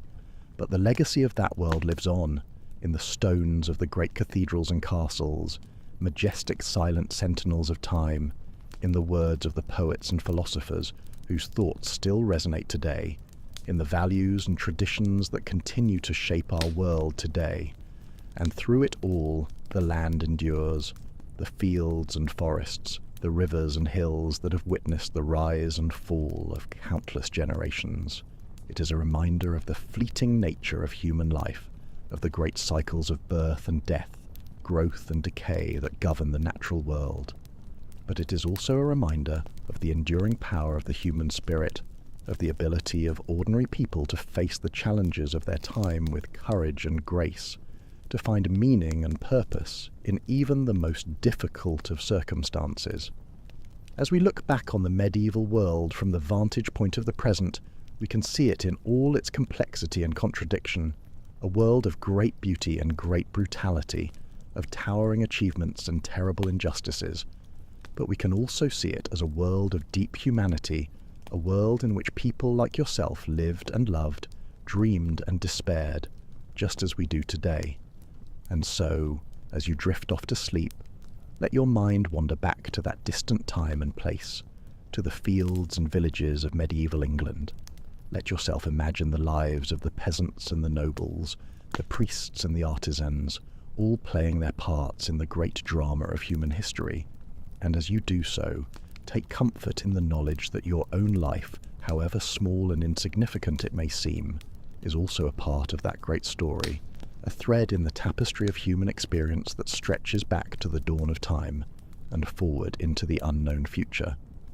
For in the end, that is the great lesson of the medieval world, that each of us, no matter our station or circumstances, has a role to play in the unfolding of history, that each of us is called to live our lives with purpose and meaning, to strive for something greater than ourselves.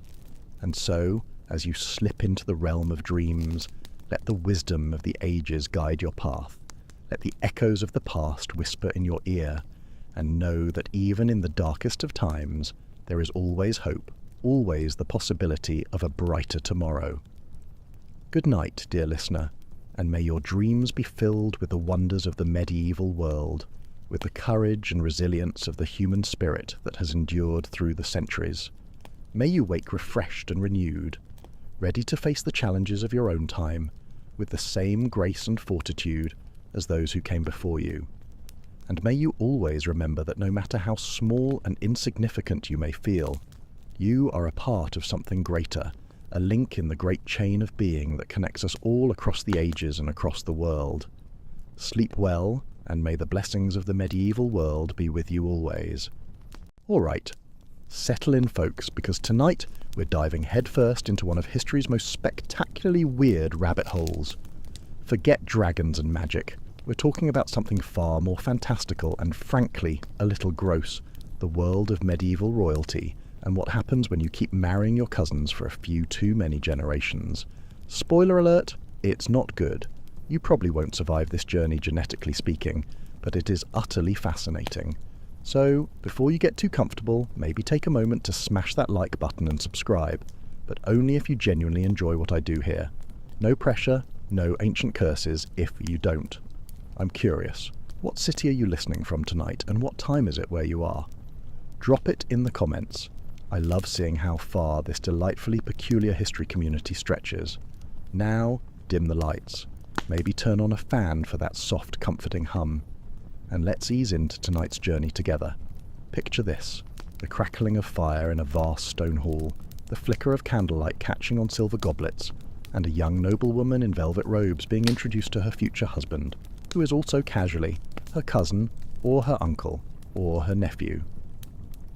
Welcome to the elite world of medieval European aristocracy, where bloodlines mattered more than biology, and love had absolutely nothing to do with marriage. The term inbred carries a punch today, right? It sounds like something whispered in hushed tones, usually followed by a disgusted shudder. But in the medieval context, it wasn't a slur, it was strategy. Dynasties like the Habsburgs, the Capetians, and the Trastamaras didn't just intermarry for fun. They did it to hoard power, land, and legitimacy. Think about it. If you marry your cousin, you don't lose any castles. You keep the wealth, the influence, and the shiny titles all neatly wrapped up within the family. If you marry a foreigner, suddenly someone else is raising your heir in a rival kingdom, potentially whispering sweet nothings about their own family's claims. So, the logic was crystal clear, even if the genetic consequences weren't. Yet, over generations, that cold, calculated logic led to genetic whirlpools that birthed some of the most fascinating and, frankly, tragic figures in European history. You're going to meet women tonight who were daughters of double first cousins, nieces married to their uncles, and sisters married off to their first cousin once removed. These aren't just mathematical absurdities. They were real women with complicated lives, deep loyalties, and sometimes the shocking symptoms of what happens when your DNA plays the royal version of musical chairs.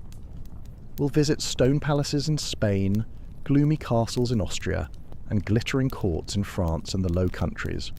You'll watch as empires rise and fall around these women, many of whom, let's be honest, never got a say in the matter.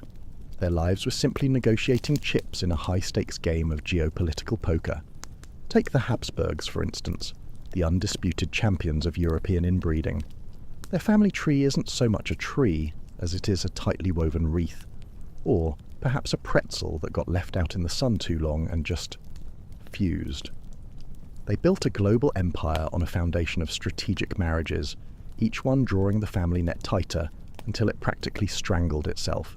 And while we'll spend time with some of the more infamous male Habsburgs later, it's the women who carried the generational load, both politically and genetically. These women were the mothers of kings and queens, the breeders of empire, and the unfortunate bearers of some truly unlucky genetic traits. But it wasn't just the Habsburgs. The Capetians of France, the Trastamaras of Spain, and even the Plantagenets of England dipped their royal toes in the same shallow gene pool. The goal was always the same: consolidate claims, prevent messy civil wars, and lock down dynastic legitimacy. But with that came feuds, forced marriages, and a trail of noblewomen who spent their lives navigating a world where family meant everything and meant way too much. What's wild is how obvious some of the side effects became over time. Elongated jaws, the infamous Habsburg jaw, fertility issues, recurring mental illness, stillbirths, and strangely shaped skulls pop up again and again in these royal lineages. Yet nobody seemed all that eager to change course.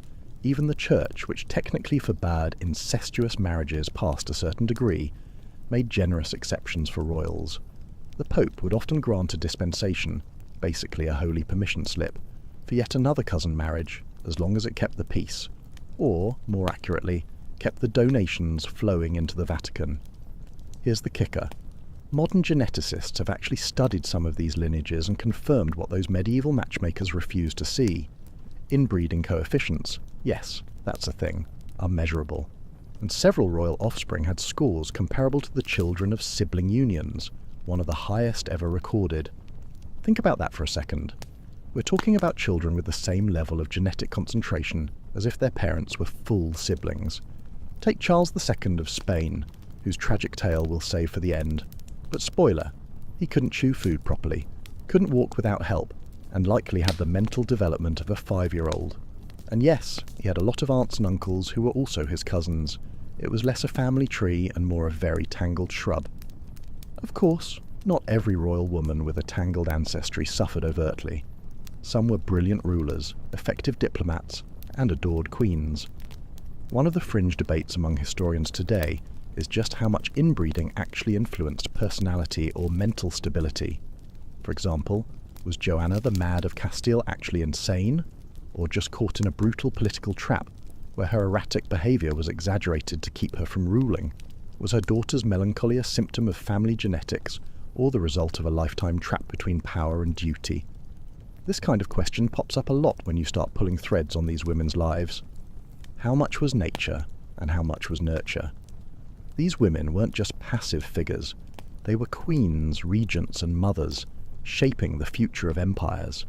Some of them ruled directly, others ruled through their sons or husbands, and they all bore the burden of dynastic duty in a way their male counterparts didn't.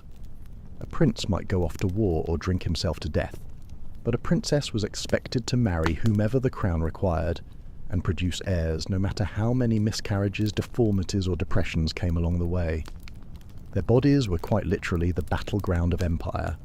In the next sections, we'll meet specific women whose stories exemplify this strange intersection of politics, genetics, and deeply personal struggle. You'll follow Isabella of Habsburg as her bloodline loops inward, Joanna of Castile as her sanity is questioned, and Eleanor of Portugal as she marries her own uncle to cement imperial power. Along the way, we'll sprinkle in facts you've never heard before, like which queen's jaw had to be redrawn in official portraits to make it look less prominent, or which princess was technically her husband's great-aunt. Yes, really. So, buckle up gently. The next hour might just make you profoundly grateful for your boring, unroyal DNA. Let's head straight into the tangled tapestry of inbred nobility, with a woman who is practically the poster child for what happens when your entire family tree folds in on itself like an origami disaster. Isabella of Habsburg. If you've ever wondered what it's like to be the result of multiple generations of cousin marriages, well, meet Isabella. She doesn't just belong to the Habsburg dynasty. She is the Habsburg dynasty, rolled up into one velvet-draped, highly ceremonial genetic loop. Born in 1501, Isabella was the daughter of Philip the Handsome. Yes, that was his actual nickname, we'll get to why it's ironic later. And Joanna of Castile, aka Joanna the Mad, who we'll meet properly in the next section. For now, just note that Isabella's parents were both grandchildren of the same royal couple, Ferdinand II of Aragon and Isabella I of Castile. That means Isabella's family tree was already bending awkwardly in on itself from the moment she cried her first baby cry in Brussels. And by the time she reached marrying age, around 13, because of course she did, her value wasn't about her smile or her charm. It was all about the blood, that precious, increasingly concentrated Habsburg blood. She was married off to Christian II of Denmark, Norway and Sweden, a man described by contemporaries as morose, which is a polite way of saying he was probably a bit of a nightmare. Their marriage was political, like every marriage of the age, but it also had an edge of desperation. Christian needed allies, and the Habsburgs needed influence in Scandinavia. Isabella was the literal body through which that influence would flow. Her uterus was now official royal policy. Good times. Here's where it gets complicated, because, of course, it does. Christian wasn't exactly stable. He was charming at times, yes, and he clearly liked Isabella, but he also had a favourite mistress, Dyveke Sigbritsdatter, whom he refused to abandon even after marrying the Habsburg princess. Dyveke was low-born, not even nobility, and Isabella had to sit there in her Danish castle, pregnant with the future, while her husband paraded his mistress around court like a new horse. That must have stung, even for someone raised to accept political marriages as part of the royal gig. But Isabella held her own. She bore Christian 6 children, 3 of whom survived infancy, which in itself was a minor miracle given the gene pool and the general medieval lack of sanitation. One of her sons, John, would have a short life, but her daughter Dorothea would go on to marry another cousin naturally. Isabella's influence at court grew, particularly after Dyveke died suddenly. Maybe from poisoned cherries, maybe not. The truth is murky, and so are the rumours. Some whispered that Isabella or her allies had a hand in it, but there's no hard proof, just a sudden vacancy in the royal mistress role, and a queen who stepped up into real power. And yet, the genetic weight of her ancestry didn't disappear. Isabella herself suffered from bouts of illness that some historians now think might have been linked to haemophilia or a similar inherited disorder. She died young, just 24 years old. The official cause, a sudden illness. The medieval catch-all term for anything from tuberculosis to a stroke to, well, inherited genetic dysfunctions we can't quite pin down from the comfort of our modern armchairs. A quirky fact about Isabella's brief life: she was fluent in at least 5 languages thanks to her Habsburg upbringing. These weren't "I can ask where the bathroom is" skills either. She could hold diplomatic conversations in Latin, Castilian, Flemish, French and German. Her letters reveal a sharp mind, a touch of sarcasm, and a keen understanding of the politics around her. She wasn't just a vessel for babies. She was aware of the chessboard and moved across it as much as her gender allowed. Now, here's where scholars still butt heads. Was Isabella a victim of her family's obsession with purity, or simply unlucky in a dangerous age? Some point to her children's weak health and her own early death as clear signs of genetic fragility. Others argue that early mortality was just part of the course in the 16th century, even for royals. And while that's true to an extent, the Habsburgs' increasingly closed breeding circles make the debate harder to ignore.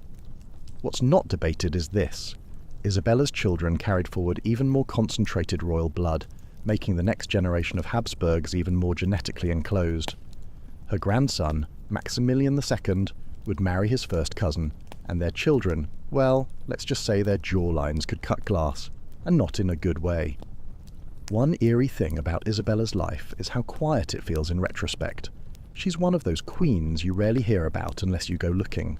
No big wars, no grand scandals, no famous paintings, and yet her DNA echoes all through European history.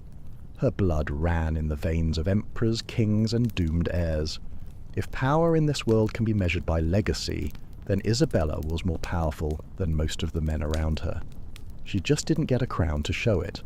You almost want to go back in time and whisper to her through the veil of centuries, "Hey, maybe skip that cousin. Maybe tell your daughter to try someone new, like someone not related." But you know she couldn't. That was the game, and she played it as well as anyone with her last name could. From the quiet courts of Denmark to the loud echoes of dynastic strategy, Isabella of Habsburg's life is one of the clearest examples of what happens when royalty values family ties just a bit too much. She didn't live long, but what she passed on would shape Europe for the next 2 centuries, and a lot of those results weren't exactly healthy. Now that you've met Isabella of Habsburg, it's time to step even deeper into the foggy Gothic corridors of royal heredity and meet her mother, Joanna of Castile. Or, as she's better known in the history books, Joanna the Mad. You've probably heard the nickname before. Maybe you picture her wandering a castle barefoot, mumbling to herself, or clutching her dead husband's coffin like a morbid romantic. And, yeah, some of that actually happened. But the full story of Joanna, it's less madness and more tragedy, with a generous sprinkle of dynastic pressure, and of course, a heavy dose of concentrated family genetics. Joanna was born in 1479 to Ferdinand II of Aragon and Isabella I of Castile, Spain's power couple, the Catholic monarchs who unified the Spanish kingdoms and sponsored a certain Christopher Columbus.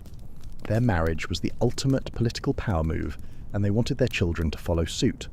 Joanna was their 3rd child, smart, reserved and devout, with eyes that reportedly smouldered when she was angry. But there was one catch. Her family tree already had that classic royal kink.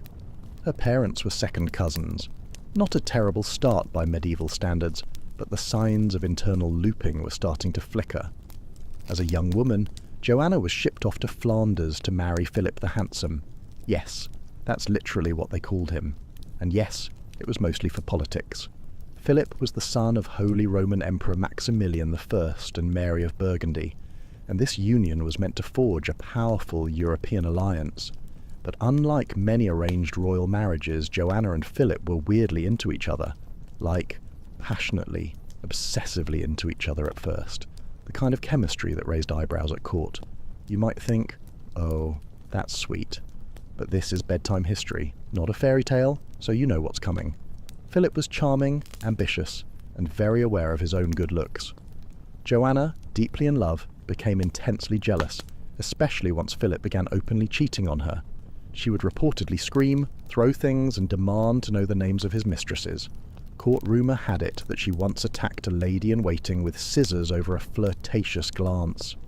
Was she mentally ill, or just a woman pushed to the edge in a world where her power was always second to her husband's pleasure? Things only got worse when her mother, Queen Isabella, died, and Joanna became Queen of Castile. On paper, this should have made her one of the most powerful women in Europe. But Philip wasn't having it. He tried to muscle in as king, claiming Joanna was too unstable to rule. Her father, Ferdinand, did the same thing. Both men wanted control over Castile, and both used Joanna's supposed madness as an excuse to take it from her. What followed was a slow, relentless campaign to paint her as unfit, a narrative that stuck, partly because it was convenient, and partly because Joanna did start to show signs of emotional collapse. After Philip's sudden death in 1506, he reportedly drank cold water after playing a vigorous game of ball, and it shocked his system, which, yeah, sounds fake. Joanna's grief became extreme. This is where the famous coffin story comes in. She had his body embalmed, refused to bury it for years, and travelled with the casket across Castile, stopping at monasteries and demanding prayers for his soul. Some say she opened the coffin periodically to gaze at him. Others claim she refused to allow any women near it, fearing they might seduce his corpse. Okay, that part does edge into mental illness territory, but hold on. This is where modern historians start side-eyeing the narrative. Yes, Joanna's behaviour was eccentric, even disturbing. But was it madness, or grief weaponised by power-hungry men? She had just lost her husband, was being isolated from her children, and had everyone around her gaslighting her into thinking she was unwell. Even her attendants were under orders to keep her under control. When you're locked away in a cold castle with no friends, no allies, and a lifetime of dynastic expectation weighing on you, madness might just be the only way out. Here's the genetic kicker. Joanna's parents were related, and her husband was her second cousin. Their child, Isabella, from the last section, was part of a lineage that was now officially swirling in on itself. You can track Joanna's bloodline straight down to Charles II of Spain, whose family tree looks less like a tree and more like a family tumbleweed. Also, here's a fringe fact you're not going to hear in most textbooks. Some 16th century doctors actually believed that uterine misalignment caused female madness, as in, they thought her womb had literally travelled to her head. No joke. One account from a Spanish physician describes Joanna as being afflicted with a wandering womb, which they thought caused her hysteria. The solution? Herbal compresses, prayer, and, once, wait for it, a suggested exorcism. Modern scholars love to debate whether Joanna really had what we'd now call bipolar disorder or schizophrenia, or whether she was simply a victim of socio-political abuse. One particularly interesting theory suggests she may have had a form of post-traumatic stress disorder brought on by constant betrayal and the deaths of her children. Because yes, while she was confined in Tordesillas for nearly 50 years, her children died one by one, usually far from her. She was denied the chance to raise them, see them, or even grieve them properly. And yet, through all this, she remained technically Queen of Castile. Her signature still sealed royal decrees. Her presence still mattered, if only as a figurehead. And the dynasty rolled on, through her blood and her heartbreak. So, what's the takeaway here? Joanna wasn't just the mad one. She was the product of strategic inbreeding, the pawn of rival male egos, and maybe, just maybe, a woman who saw too much and cracked under the pressure. But her legacy didn't crack. Her children would go on to shape Europe, and her story remains one of the most haunting examples of what happens when you mix too much royal blood with too little compassion. Next, we'll meet another woman from a royal bloodline tangled in its own reflection. Blanche of Castile, who finds herself caught in the push-pull of French and Spanish dynasties. But first, let Joanna linger in your mind for a moment. Alone in a fortress, her world shrinking, her love unburied, her name etched into history not for what she did, but for what they said she was. Now your eyes drift toward another castle corridor, lit by a flickering rushlight and echoing with footsteps that trace centuries-old ambitions. Tonight, we cross the Pyrenees into a tale not quite as gothic as Joanna's, but every bit as woven with dynastic pressure and genetic déjà vu. Meet Blanche of Castile. She doesn't get the kind of historical spotlight that queens like Eleanor of Aquitaine or Catherine de' Medici bask in, but don't let that fool you. Blanche was a linchpin in one of Europe's most tangled noble nets, and like many royal women of the time, she was born into a family already looping back in on itself. Blanche came into the world in 1188, the daughter of King Alfonso VIII of Castile and Eleanor of England. Yes, that Eleanor, daughter of Henry II and Eleanor of Aquitaine. That made Blanche a granddaughter of two powerful dynasties. Her blood was a potent blend of English Plantagenet ambition and Spanish Trastamara pride. It also meant her family tree had already begun its slow spiral, because the Castilian and French royal lines weren't shy about marrying cousins when it kept power close. At the age of 12, Blanche was sent off to France to marry Louis, the son of King Philip II. But hang on, she wasn't actually the original choice. The French had originally wanted her sister, Ulrica. But when a last-minute switch-up happened, one that scholars still squint at with suspicion, Blanche was plucked instead. Why the change? Some say Ulrica was too Spanish, or that Blanche simply had a better temperament. Others hint at something less flattering. Ulrica may have shown signs of inherited instability, and the French crown didn't want to risk it. Whether that's true or just a smear campaign cloaked in diplomacy, we'll never know for sure. Blanche married Louis VIII of France in 1200 and quickly proved herself far more than a ceremonial wife. When Louis became king, she stepped up, not just in courtly presence but as a political force. And when he died in 1226, leaving their son, Louis IX, later St. Louis. Louis, as a boy king of 12, Blanche didn't blink. She declared herself regent and ran France like a queen who'd been waiting her whole life for the chance. And she had. While other women were sewing tapestries and birthing heirs, Blanche was drafting treaties, intimidating barons, and keeping the fragile Capetian hold on France intact. But here's the part we're here for, Blanche's bloodline. She and Louis VIII were third cousins, close enough that the church had to grant a dispensation for the marriage. It wasn't exactly scandalous by the standards of the day, but it was part of a growing pattern of dynasties interweaving themselves so tightly that marriage options became less about finding a match and more about finding someone you weren't too closely related to. And with Blanche, that issue just kept compounding. She had 13 children, though only a few survived to adulthood. Louis IX, of course, became a king and later a saint, but scholars have often pointed out that several of his siblings had health problems or died young. Common, yes, but statistically higher than normal even for the time. One theory suggests Blanche and Louis's shared Plantagenet ancestry may have carried some form of inherited immune weakness, though this remains speculative. Another quirky rumour, that Blanche was so obsessed with keeping her son pure that she discouraged him from sleeping with his wife. Some even whispered that she had an unnatural attachment to him, though that's probably more medieval gossip than reliable record. Still, it speaks to the way Blanche was viewed. Intense, commanding, and always just a bit unsettling. You don't get to rule as a woman in the 13th century without people throwing a little suspicion your way, especially if you're doing it successfully. And Blanche was successful.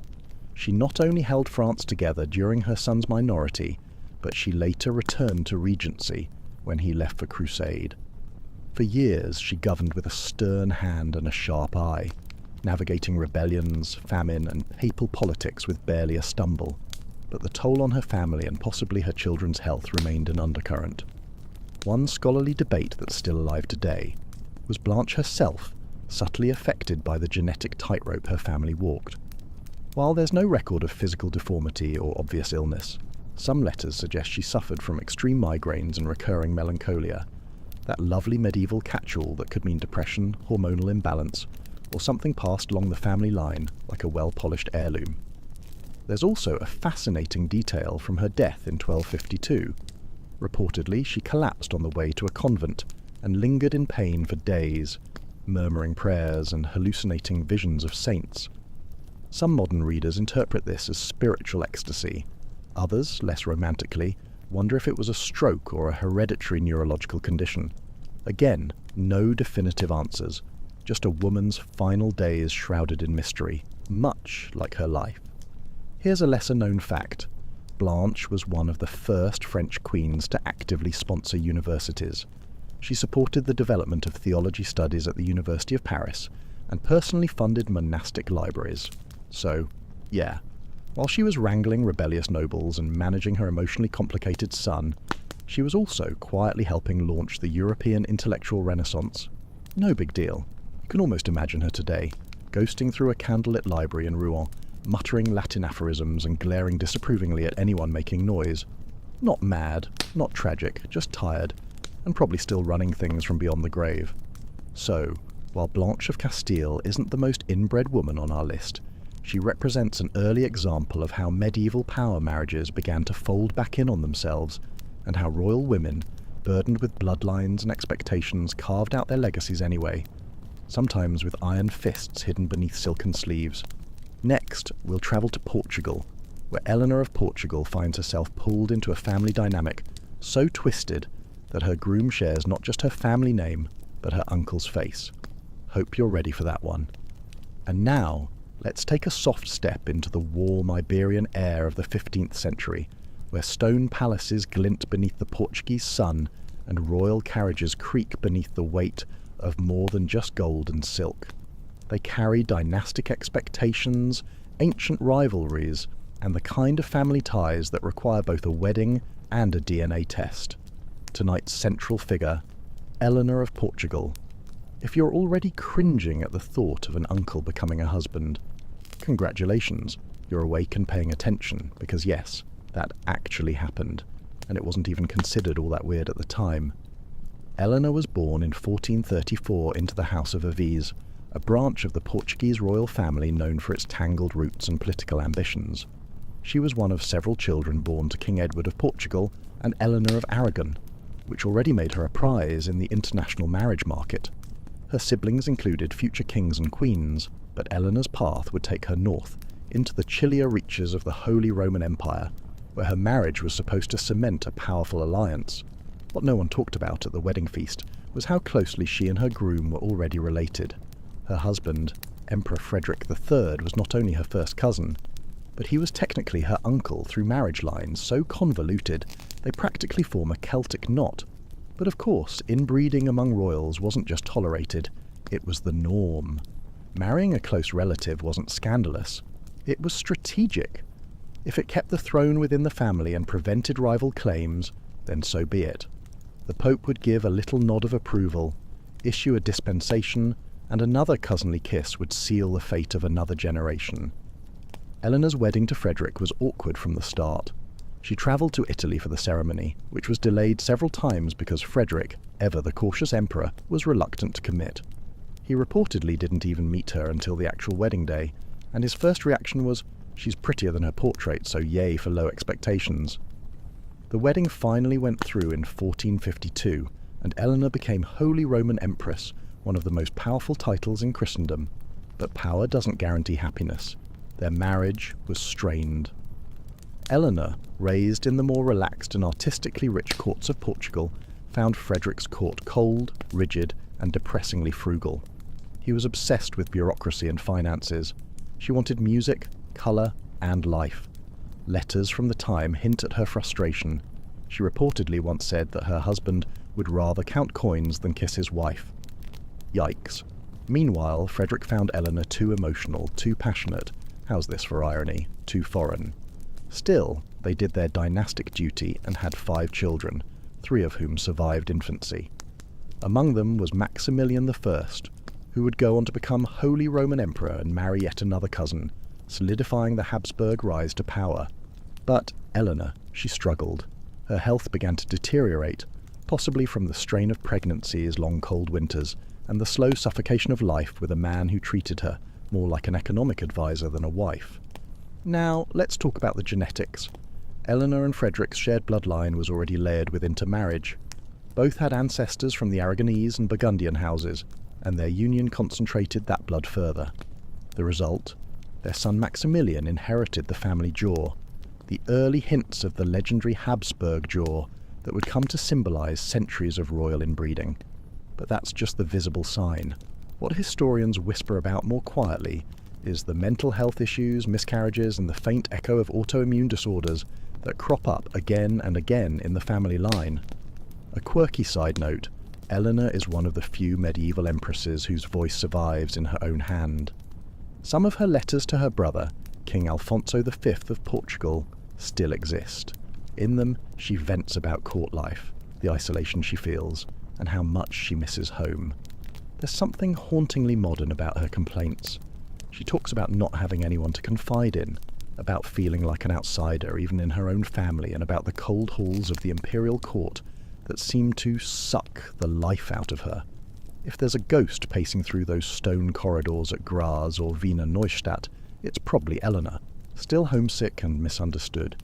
Here's where scholarly debate still flickers.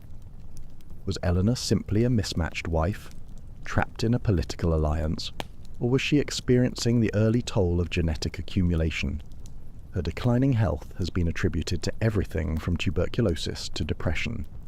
But some researchers suggest she may have inherited a form of porphyria, a blood disorder linked to noble lineages and sometimes mistaken for madness or hysteria. There's no conclusive evidence, just hints in her letters and descriptions from court chroniclers about her pale skin, sensitivity to light, and frequent fits of melancholy. She died young, just 32 years old. Officially, it was illness, but most agree it was a long and painful slide into frailty, worsened by the years of emotional neglect and probably some good old-fashioned medieval medical malpractice. Frederick didn't even attend her funeral. He stayed behind, reportedly busy with court documents. That tells you everything, doesn't it? And yet, Eleanor's legacy looms large. Her son, Maximilian, would go on to shape European history, expanding the Habsburg Empire and marrying his own relatives with relentless efficiency. Eleanor's blood would flow through the veins of emperors and queens, carrying with it both the strength of her Iberian heritage and the weaknesses of a gene pool that had been stirred far too little. What stands out most about Eleanor is the quiet sadness that threads through her life. She wasn't mad like Joanna. She wasn't iron-willed like Blanche. She was soft-edged, romantic, and ultimately too human for the cold machinery of imperial politics. But she played her part. She gave birth to the next dynasty, and that, for a royal woman of her time, was the highest and most unforgiving form of success. Next, we'll meet Margaret of Austria, Eleanor's granddaughter and one of the sharpest political minds of her day. Raised in a family so genetically compact that holiday dinners probably required a family tree cheat sheet just to figure out who to kiss on the cheek. Now, imagine this. You're a young girl born into a labyrinth of castles, cousins, and kings, and before you've even lost your baby teeth, you're already being discussed like a valuable chess piece. That was Margaret of Austria, and yes, she's technically the granddaughter of Eleanor of Portugal, but by this point, the Habsburg family line has twisted itself into such tight knots that even the family dog might have qualified for a noble title. Margaret grew up in the very eye of this dynastic storm, trained to smile, curtsy, and marry strategically. But what makes her stand out in this parade of inbred nobility is that she didn't just survive the system, she mastered it. Born in 1480 in Brussels, Margaret was the daughter of Maximilian I, the Holy Roman Emperor and son of, you guessed it, Frederick and Eleanor. Her mother, Mary of Burgundy, died young after falling off a horse, which left Margaret motherless by age 2. Right out of the cradle, she was seen not as a grieving child, but as a dynastic prize. Her father immediately betrothed her to the French Dauphin, Charles, who was barely older than her and would later become King Charles VIII. At the ripe old age of 3, Margaret was shipped off to the French court to be raised as the future Queen of France. As far as political gambits go, it was classic Habsburg. Start young, lock in alliances early, and hope no one decides to marry someone else. Which, of course, they did. After years of being raised in France, of learning French, of becoming utterly French in all but name, Charles VIII decided he'd rather marry Anne of Brittany, a much more politically advantageous match. So, at the age of 11, Margaret was unceremoniously sent back to her father. Imagine that rejection. "Thanks for coming, kid, but we found someone better." It was a public humiliation, a slap in the face to the Habsburgs, and a traumatic experience for a child. But Margaret didn't crumble. In fact, this early betrayal seems to have forged an iron will in her. She learned a crucial lesson. In the game of dynastic politics, you are a pawn, but a very intelligent pawn can move diagonally. Her father, Maximilian, then betrothed her to John, Prince of Asturias, the only son of Ferdinand and Isabella of Spain. Yes, Joanna the Mad's brother. This was another massive alliance designed to unite the Habsburg and Spanish royal houses. Margaret travelled to Spain, a spirited and intelligent young woman, and by all accounts she and John actually fell in love. A genuine spark in a world of arranged convenience. They were married in 1497, and for a brief, glorious moment it seemed like Margaret might actually have a happy life. Then disaster struck. Just 6 months into their marriage, John died. Some historians suggest he worked himself to death, others whisper of tuberculosis, but the fact remains. Margaret was a widow at 17 and pregnant. The fate of Spain, and indeed much of Europe, hung on that pregnancy. If she gave birth to a son, the union would be cemented. If not, well, she miscarried, and just like that, her brief moment of happiness, her dynastic purpose, seemingly vanished. But Margaret wasn't done. Her formidable intelligence and political acumen had been noted. After a period of mourning, her father arranged yet another marriage, this time to Philibert II, Duke of Savoy. This marriage was also, surprisingly, a love match. Margaret found happiness with Philibert, and they shared a passion for art and collecting. For a few years she lived a life that was almost normal, almost content. But then, in 1504, Philibert also died. Margaret was a widow for the second time, still only 24 years old, and once again without children to secure her future. At this point, most women would retire to a convent, or perhaps become a professional mourner. But not Margaret. Her father, recognizing her extraordinary abilities, appointed her governor of the Habsburg Netherlands in 1507. This wasn't just a ceremonial title, it was one of the most powerful administrative positions in Europe. For the next 22 years, Margaret ruled with a firm hand, a sharp mind, and an undeniable diplomatic flair. She became the guardian of her nephew, the future Emperor Charles V, the son of Philip the Handsome and Joanna the Mad. Yes, her sister's child, keeping it all in the family. She managed complex alliances, negotiated treaties, and even sponsored art and culture, turning her court at Mechlin into a vibrant centre of the Renaissance. Now for the genetic bits. Margaret herself, coming from this intensely interwoven family, was a testament to both the potential strengths and weaknesses of inbreeding. She was highly intelligent, resilient, and politically gifted.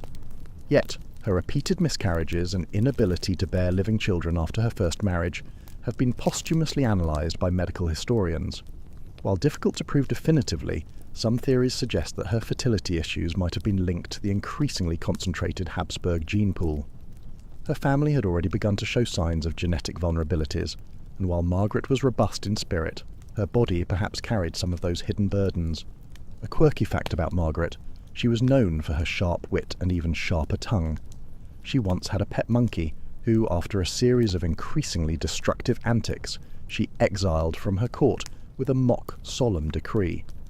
She also famously kept a lock of her deceased husband Philibert's hair in a locket, and even took his heart with her in a casket, a rather macabre sign of genuine affection in an age where emotional display was often reserved for public mourning. Scholarly debate surrounding Margaret often centres on her childlessness. Was it fate, bad luck, or a subtle genetic consequence? While many women in the 16th century struggled with fertility, the pattern within the Habsburgs, particularly with later generations, makes the question unavoidable.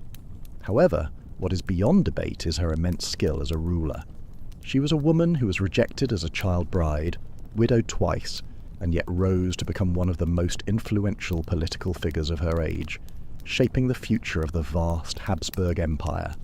She brokered peace, managed finances, and nurtured one of the greatest emperors in European history. Margaret of Austria's life is a fascinating contrast.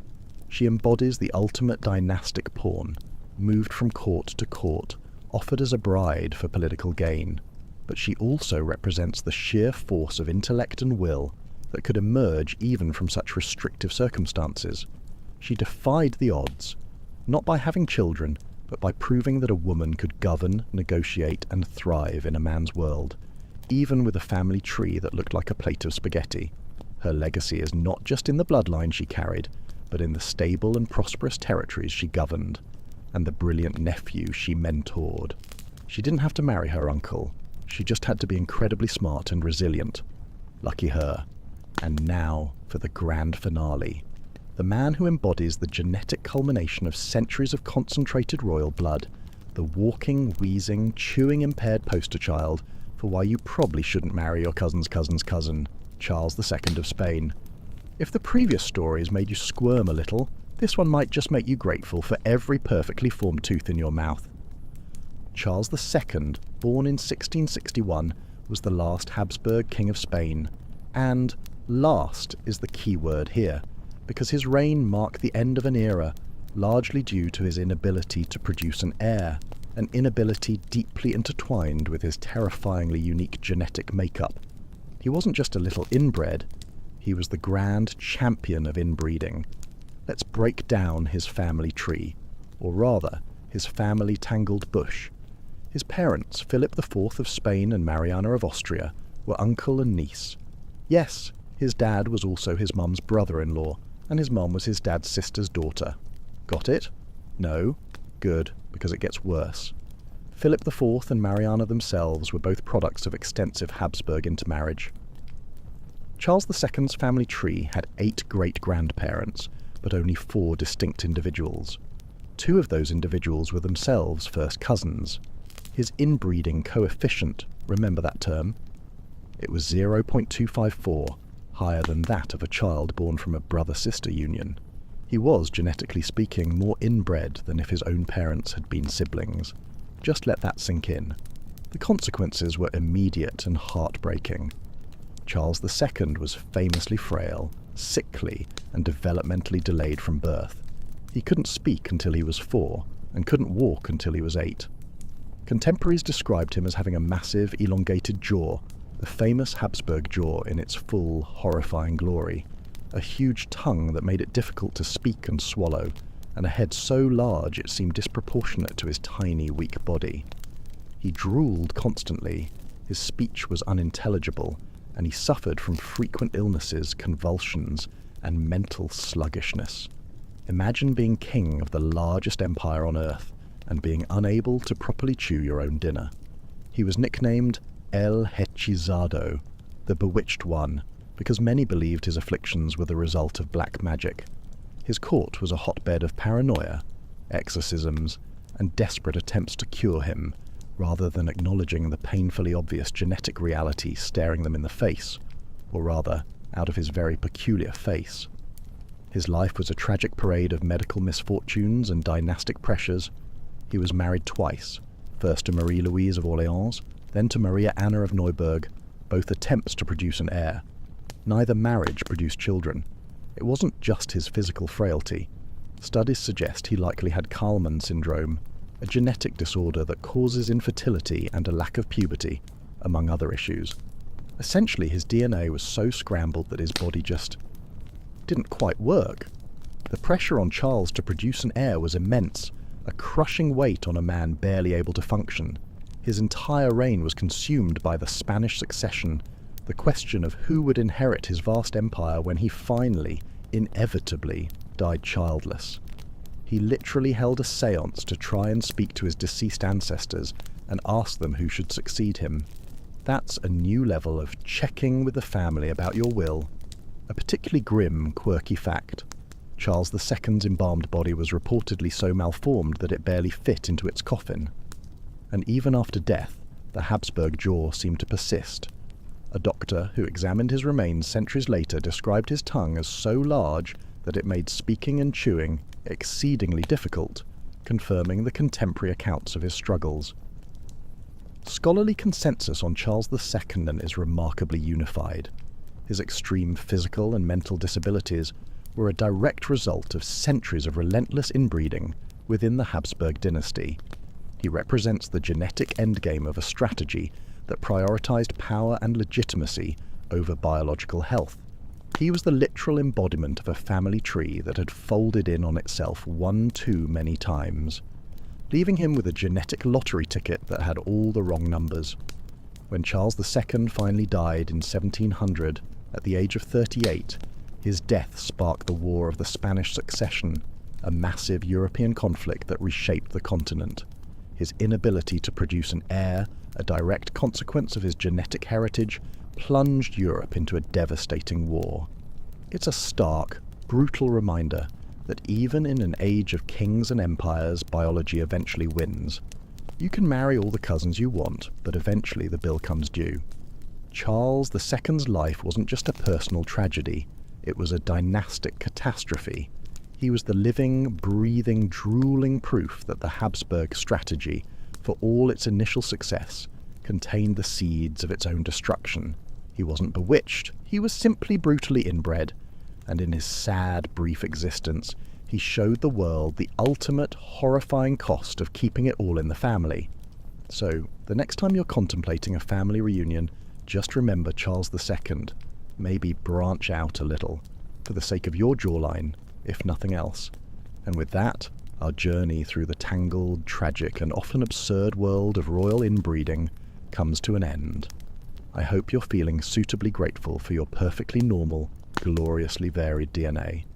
Thanks for listening. If you enjoyed this genetic deep dive, don't forget to like, share, and subscribe. And tell me, what other weird historical rabbit holes should we tumble down next? Sleep tight and try not to dream of elongated jaws.